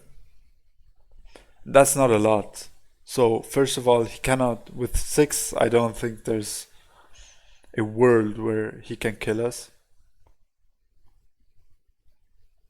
With 6. And here I want to protect my higher static creature. And he's on 5, so we like there's no reason to not put it to a 7/3. But he's only on 5, right? So why take the risk? So that's why just have it as a 5/5. Like, how does he deal with the grizzly? Then if he kills the grizzly, how does he deal with the vulpine? And then if he kills the vulpine, how does he deal with the octopus? Yeah. Yeah, I mean, this is just yeah, this deck is weird. Yeah, he runs Baron Sky Vermin, Flash Salmon. Uh yeah, it's a bit weird. And even this Explorer dude. The Cauldron Explore Adventure. Okay. I mean, this didn't do anything. It's just a waste of a card. I mean, it was free, might as well. Um, Here, if you want to block face, you should always do it with the Wink Gate. Like, this could get spidered, this could get Humbling Visioned. So you want to move the gate in front of face and play the Baron Sky Worm in like somewhere else. Yeah. But yeah, he didn't have it, so this was kind of the matchup I was most afraid of because, yeah, I mean, Disciple Shenanigans just, I mean, it just doesn't feel nice to get OTK'd somehow. Um, that's why I'm glad he didn't draw, like, he didn't high roll it. Yeah, I won the first game, and like the other two matchups, they should be just fine. I think this is oh yeah, I know this is the I didn't know it at that time. Yeah, I did know it at that time. That this was Red Angry. And with Red Angry, my game plan here is value trade. It's all about value trading. Whatever value trade I can take, I take. And it's really important, again, he runs Bomb Slingers in them to play around Bomb Slinger. These are like the two cards that I don't like. And Overgrown Tower is fairly important just because yeah, it really enables for me to get value trades. So here we go, Grizzly. I'm expecting him. I'm not going straight left because, yeah, I'm expecting him to go aggressive, and then I'll need the lands. Wow, yeah, this is very aggressive. He could have waited one turn with the Feral Mantle. Yeah, this allows me then to go to the opposite side, and yeah, mainly because I'm assuming I'll have to defend at some point. And here, actually what I should have done, this is a mistake, my turn 1. I should have played the Vulpine, not the Grizzly. Because now, you don't want to have a 3/8 as a collector.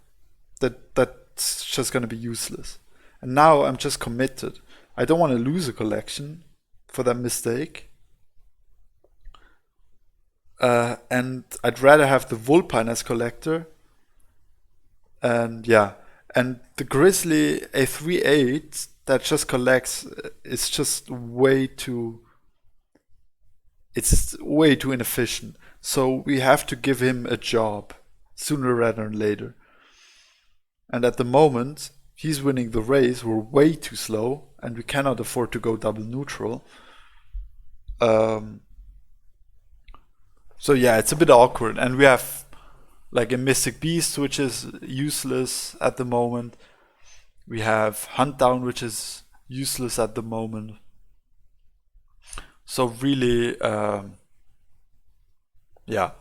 So my plan now, the Vulpine, have him as a collector, and again, have him next to a forest, so in case he gets a good trade, then he can step in and do his share of the work. Here it's his turn, and these octopus and grizzlies, they're really, and vulpines, they're really awkward because I'm missing that one health, one attack. So I'm really hoping for my overgrown tower, and as soon as I draw my overgrown tower, if I draw it, my game becomes so much easier. So usually when you do this, you want to go double neutral, because then you're not forced to build another land. You're kind of set, and you're threatening phase right away. So I top deck it, huge top deck, and here I have really two options. I just do nothing. I just go for the collection and do nothing, take the 5 and take the value trade the turn after. When he hits phase, he steps in range of my octopus and I take the value trade. That's one option, completely fine. But I want to give my grizzly a job to do. That's the only reason why I did it. I don't want to have a 3/8 collector. I'd rather have a 5/3, which also at some point can threaten phase a bit more, is a bit more threatening rather than 3/8. Who cares about the 3/8? And now I can jump in front of phase with the octopus, and if he plays another axe rand, yeah, it's unlikely, another axe rander, but now he has to step in my range, and I can start to dictate trades. And here, at this point, I'm starting to become really, really confident about this game. Like, yeah, a super fast start, but we're stabilizing, especially with the overgrown tower. Yeah, he's doing stuff. I mean, generally, you don't want to play cards just to play them. Give them a purpose. Like, if you wait with this, like, this doesn't do anything. This kind of, I don't know what this is. Maybe, I mean, I know double neutral into Horsemaster if I step down, but and this is a bit of a reach. And he can still outrace me. It's still possible. So if you wait, you can build this land for free the turn after. And this isn't doing anything at the moment.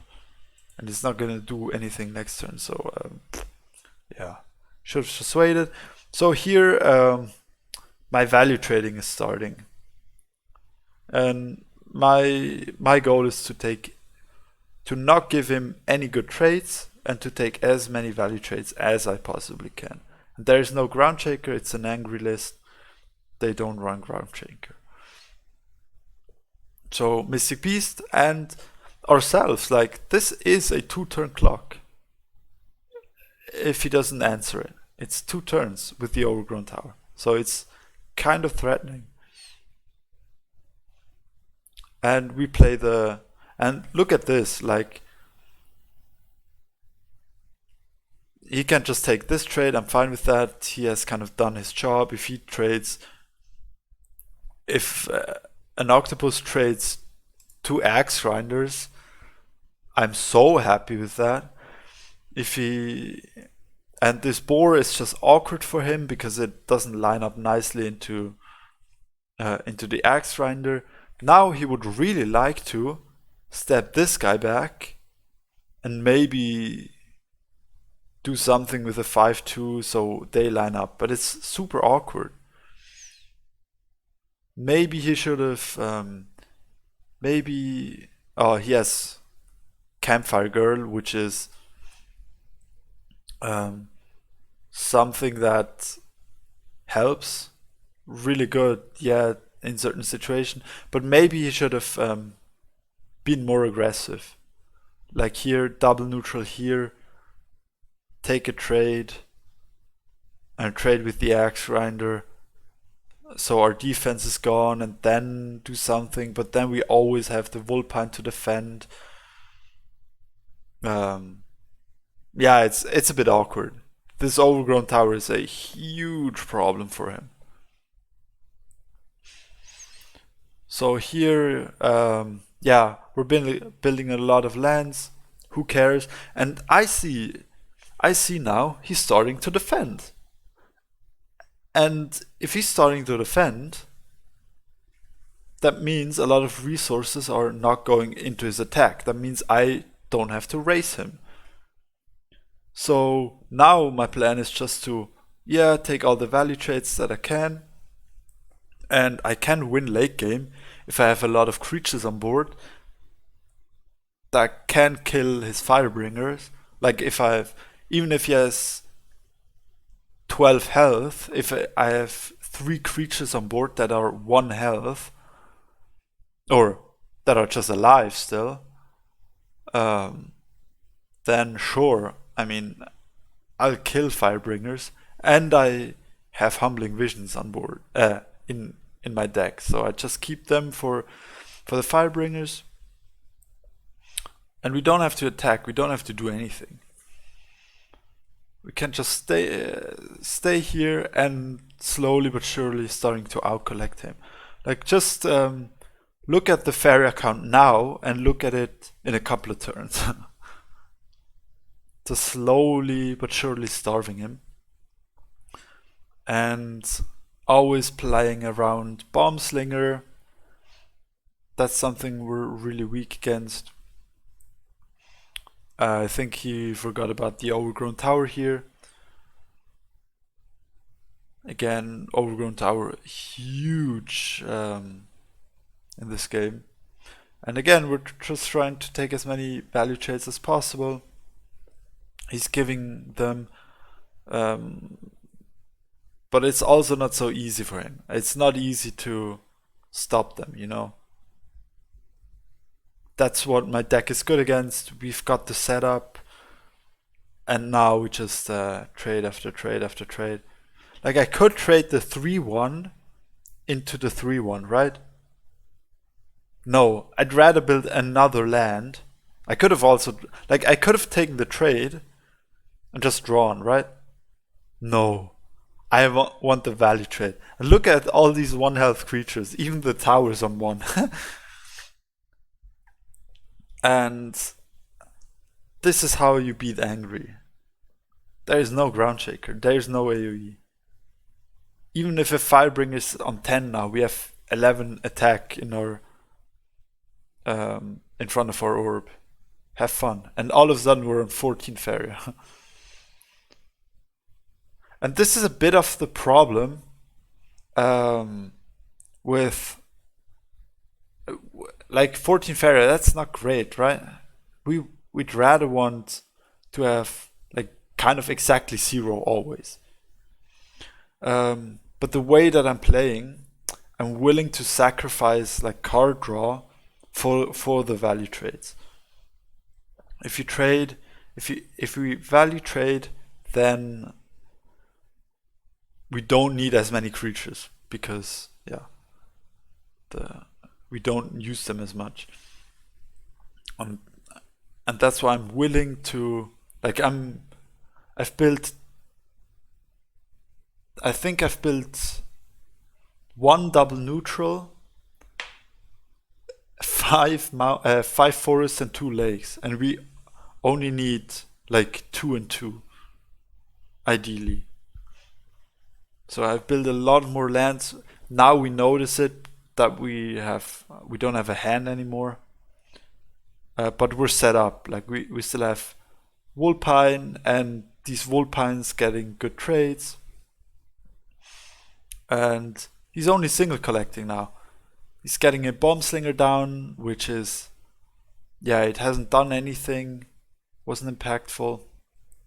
Yeah, I'm just drawing now. I'd love to draw a bit more because, yeah, nothing really playable.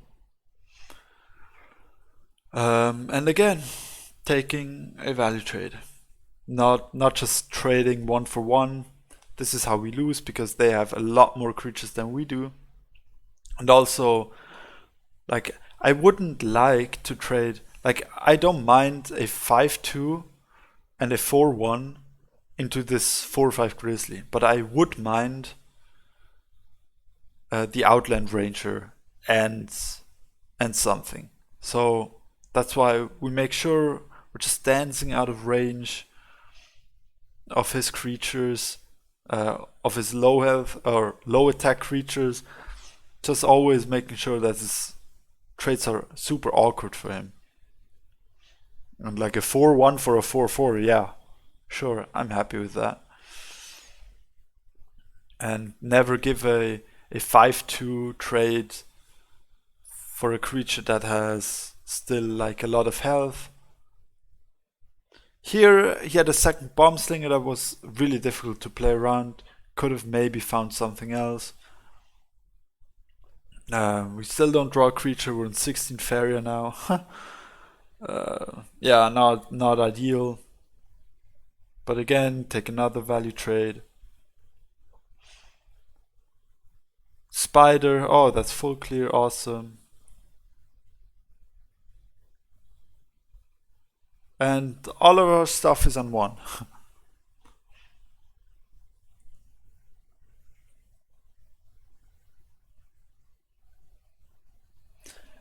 And now he draws, or he plays something scary actually, Baldurion. This was actually kind of scary, because the problem is, yeah, we can deal with it, but it takes us 2 creatures. We lose 2 creatures for it, and that's exactly, like, we don't have too many creatures, especially with this hand.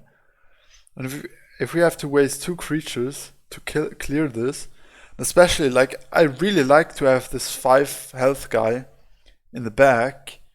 If Firebringer comes down, it's a 12 something, 14, 12.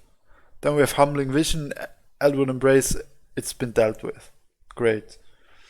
But now, I'm considering playing it in the back. I'm considering it, but he's on completely 0.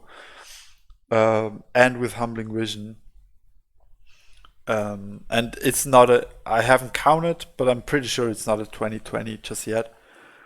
So it would not be a 2-turn clock, but a 3-turn clock. But it's getting a bit scary, where I think, okay, Firebringer now, all of a sudden game is kind of open again. But yeah, we're threatening, that's kind of important that we're threatening lethal soon-ish. But again, not giving any trades to him. Yeah, everything's just out of range. He cannot take any value trades. Just, oh, campfire, great. My guys are just slightly above your campfire. Yeah, just like that. Now he's on completely 0, so Bomb Slinger doesn't matter. And here, triple guidance, I'm just trying to set up lethal. I could have also considered just triple buffing that.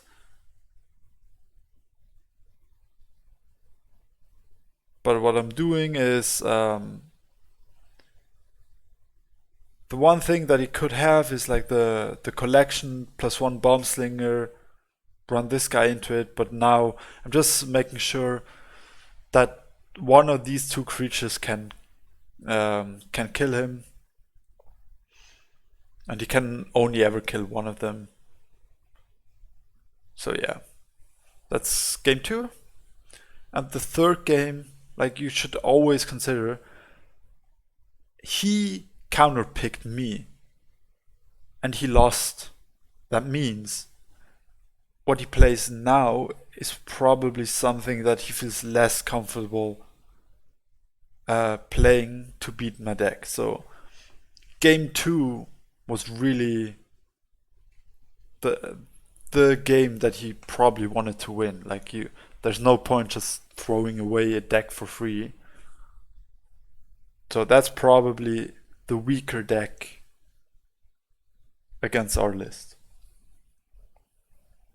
Yeah, it's just one more game. We have to win this one, or he has to win, or he has to reverse sweep now with his hand. He's swiping it already, so he's probably not so happy. And here, another slight difference. Remember last time I went double neutral. Here, I have Stalker in my hand. I kind of want to enable it in case there is. It's not an angry list. It is an mech deck, and they run the airbot, which is just food for for my Stalker, and that's why I didn't want to go double neutral.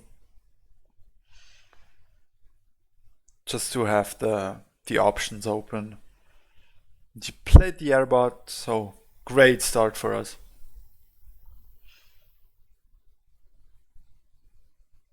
And then he played the unstable forgeling, which is, I don't like it at all. It kind of requires you to go for that second desert to play training, and it's really slow, right? You want it at least 3 turns on board, so it's a 10-10 or 11-5, I mean, and then you have the 2-turn clock. But it really makes the rest of your mech deck a lot worse, because you have to run these unstable forgelings, you have to run training, you have to go for that second desert, just for the option to... Oh, and you have to go for training or for fanatic or something. Just this package is like a third of your deck, and I'd rather have a good and reliable mech deck that does what it's supposed to do, like this combo control, save 20 Faria, and then bam, blow up the board and not give away the game anymore. That's kind of what it does. So he landlocks us, sure. I mean, it's fine, really. Slows us down a bit. We could consider losing a collection for the Mystic Beast Fugu spot, but I don't feel like it. I just want to make sure we play around Detonate as much as possible, keep our guys as sturdy as possible. We draw the hunt down, that's why I don't want to just draw or do nothing. Really want to clear this now.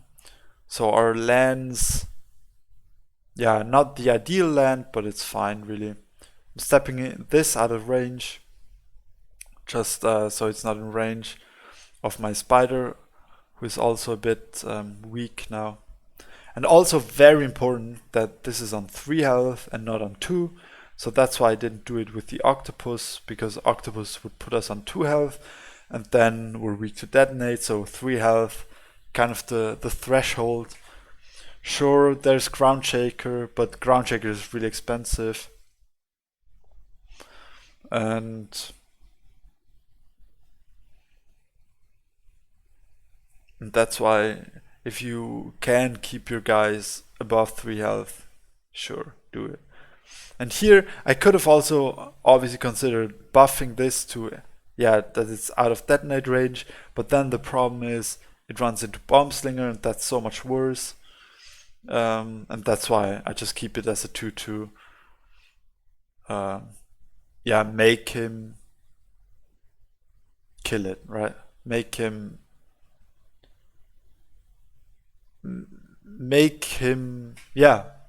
use that detonate. And we're starting to step on his lands, which is actually really bad for the mech decks. It's so annoying because they need their land. And also, if he has that Cannoneer, he's forced to build another land because his desert is here. and he cannot just move it over, or he doesn't have good spots to play his mechs. Like ideally you would, yeah, maybe build one here, move it up, move carrier, shoot it here, something like that, right? Which is a bit weird. And also now I'm stepping on more lands of his, so his stuff is more restricted.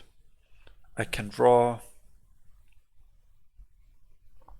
We draw the overgrown tower, which is big. I make sure that I'm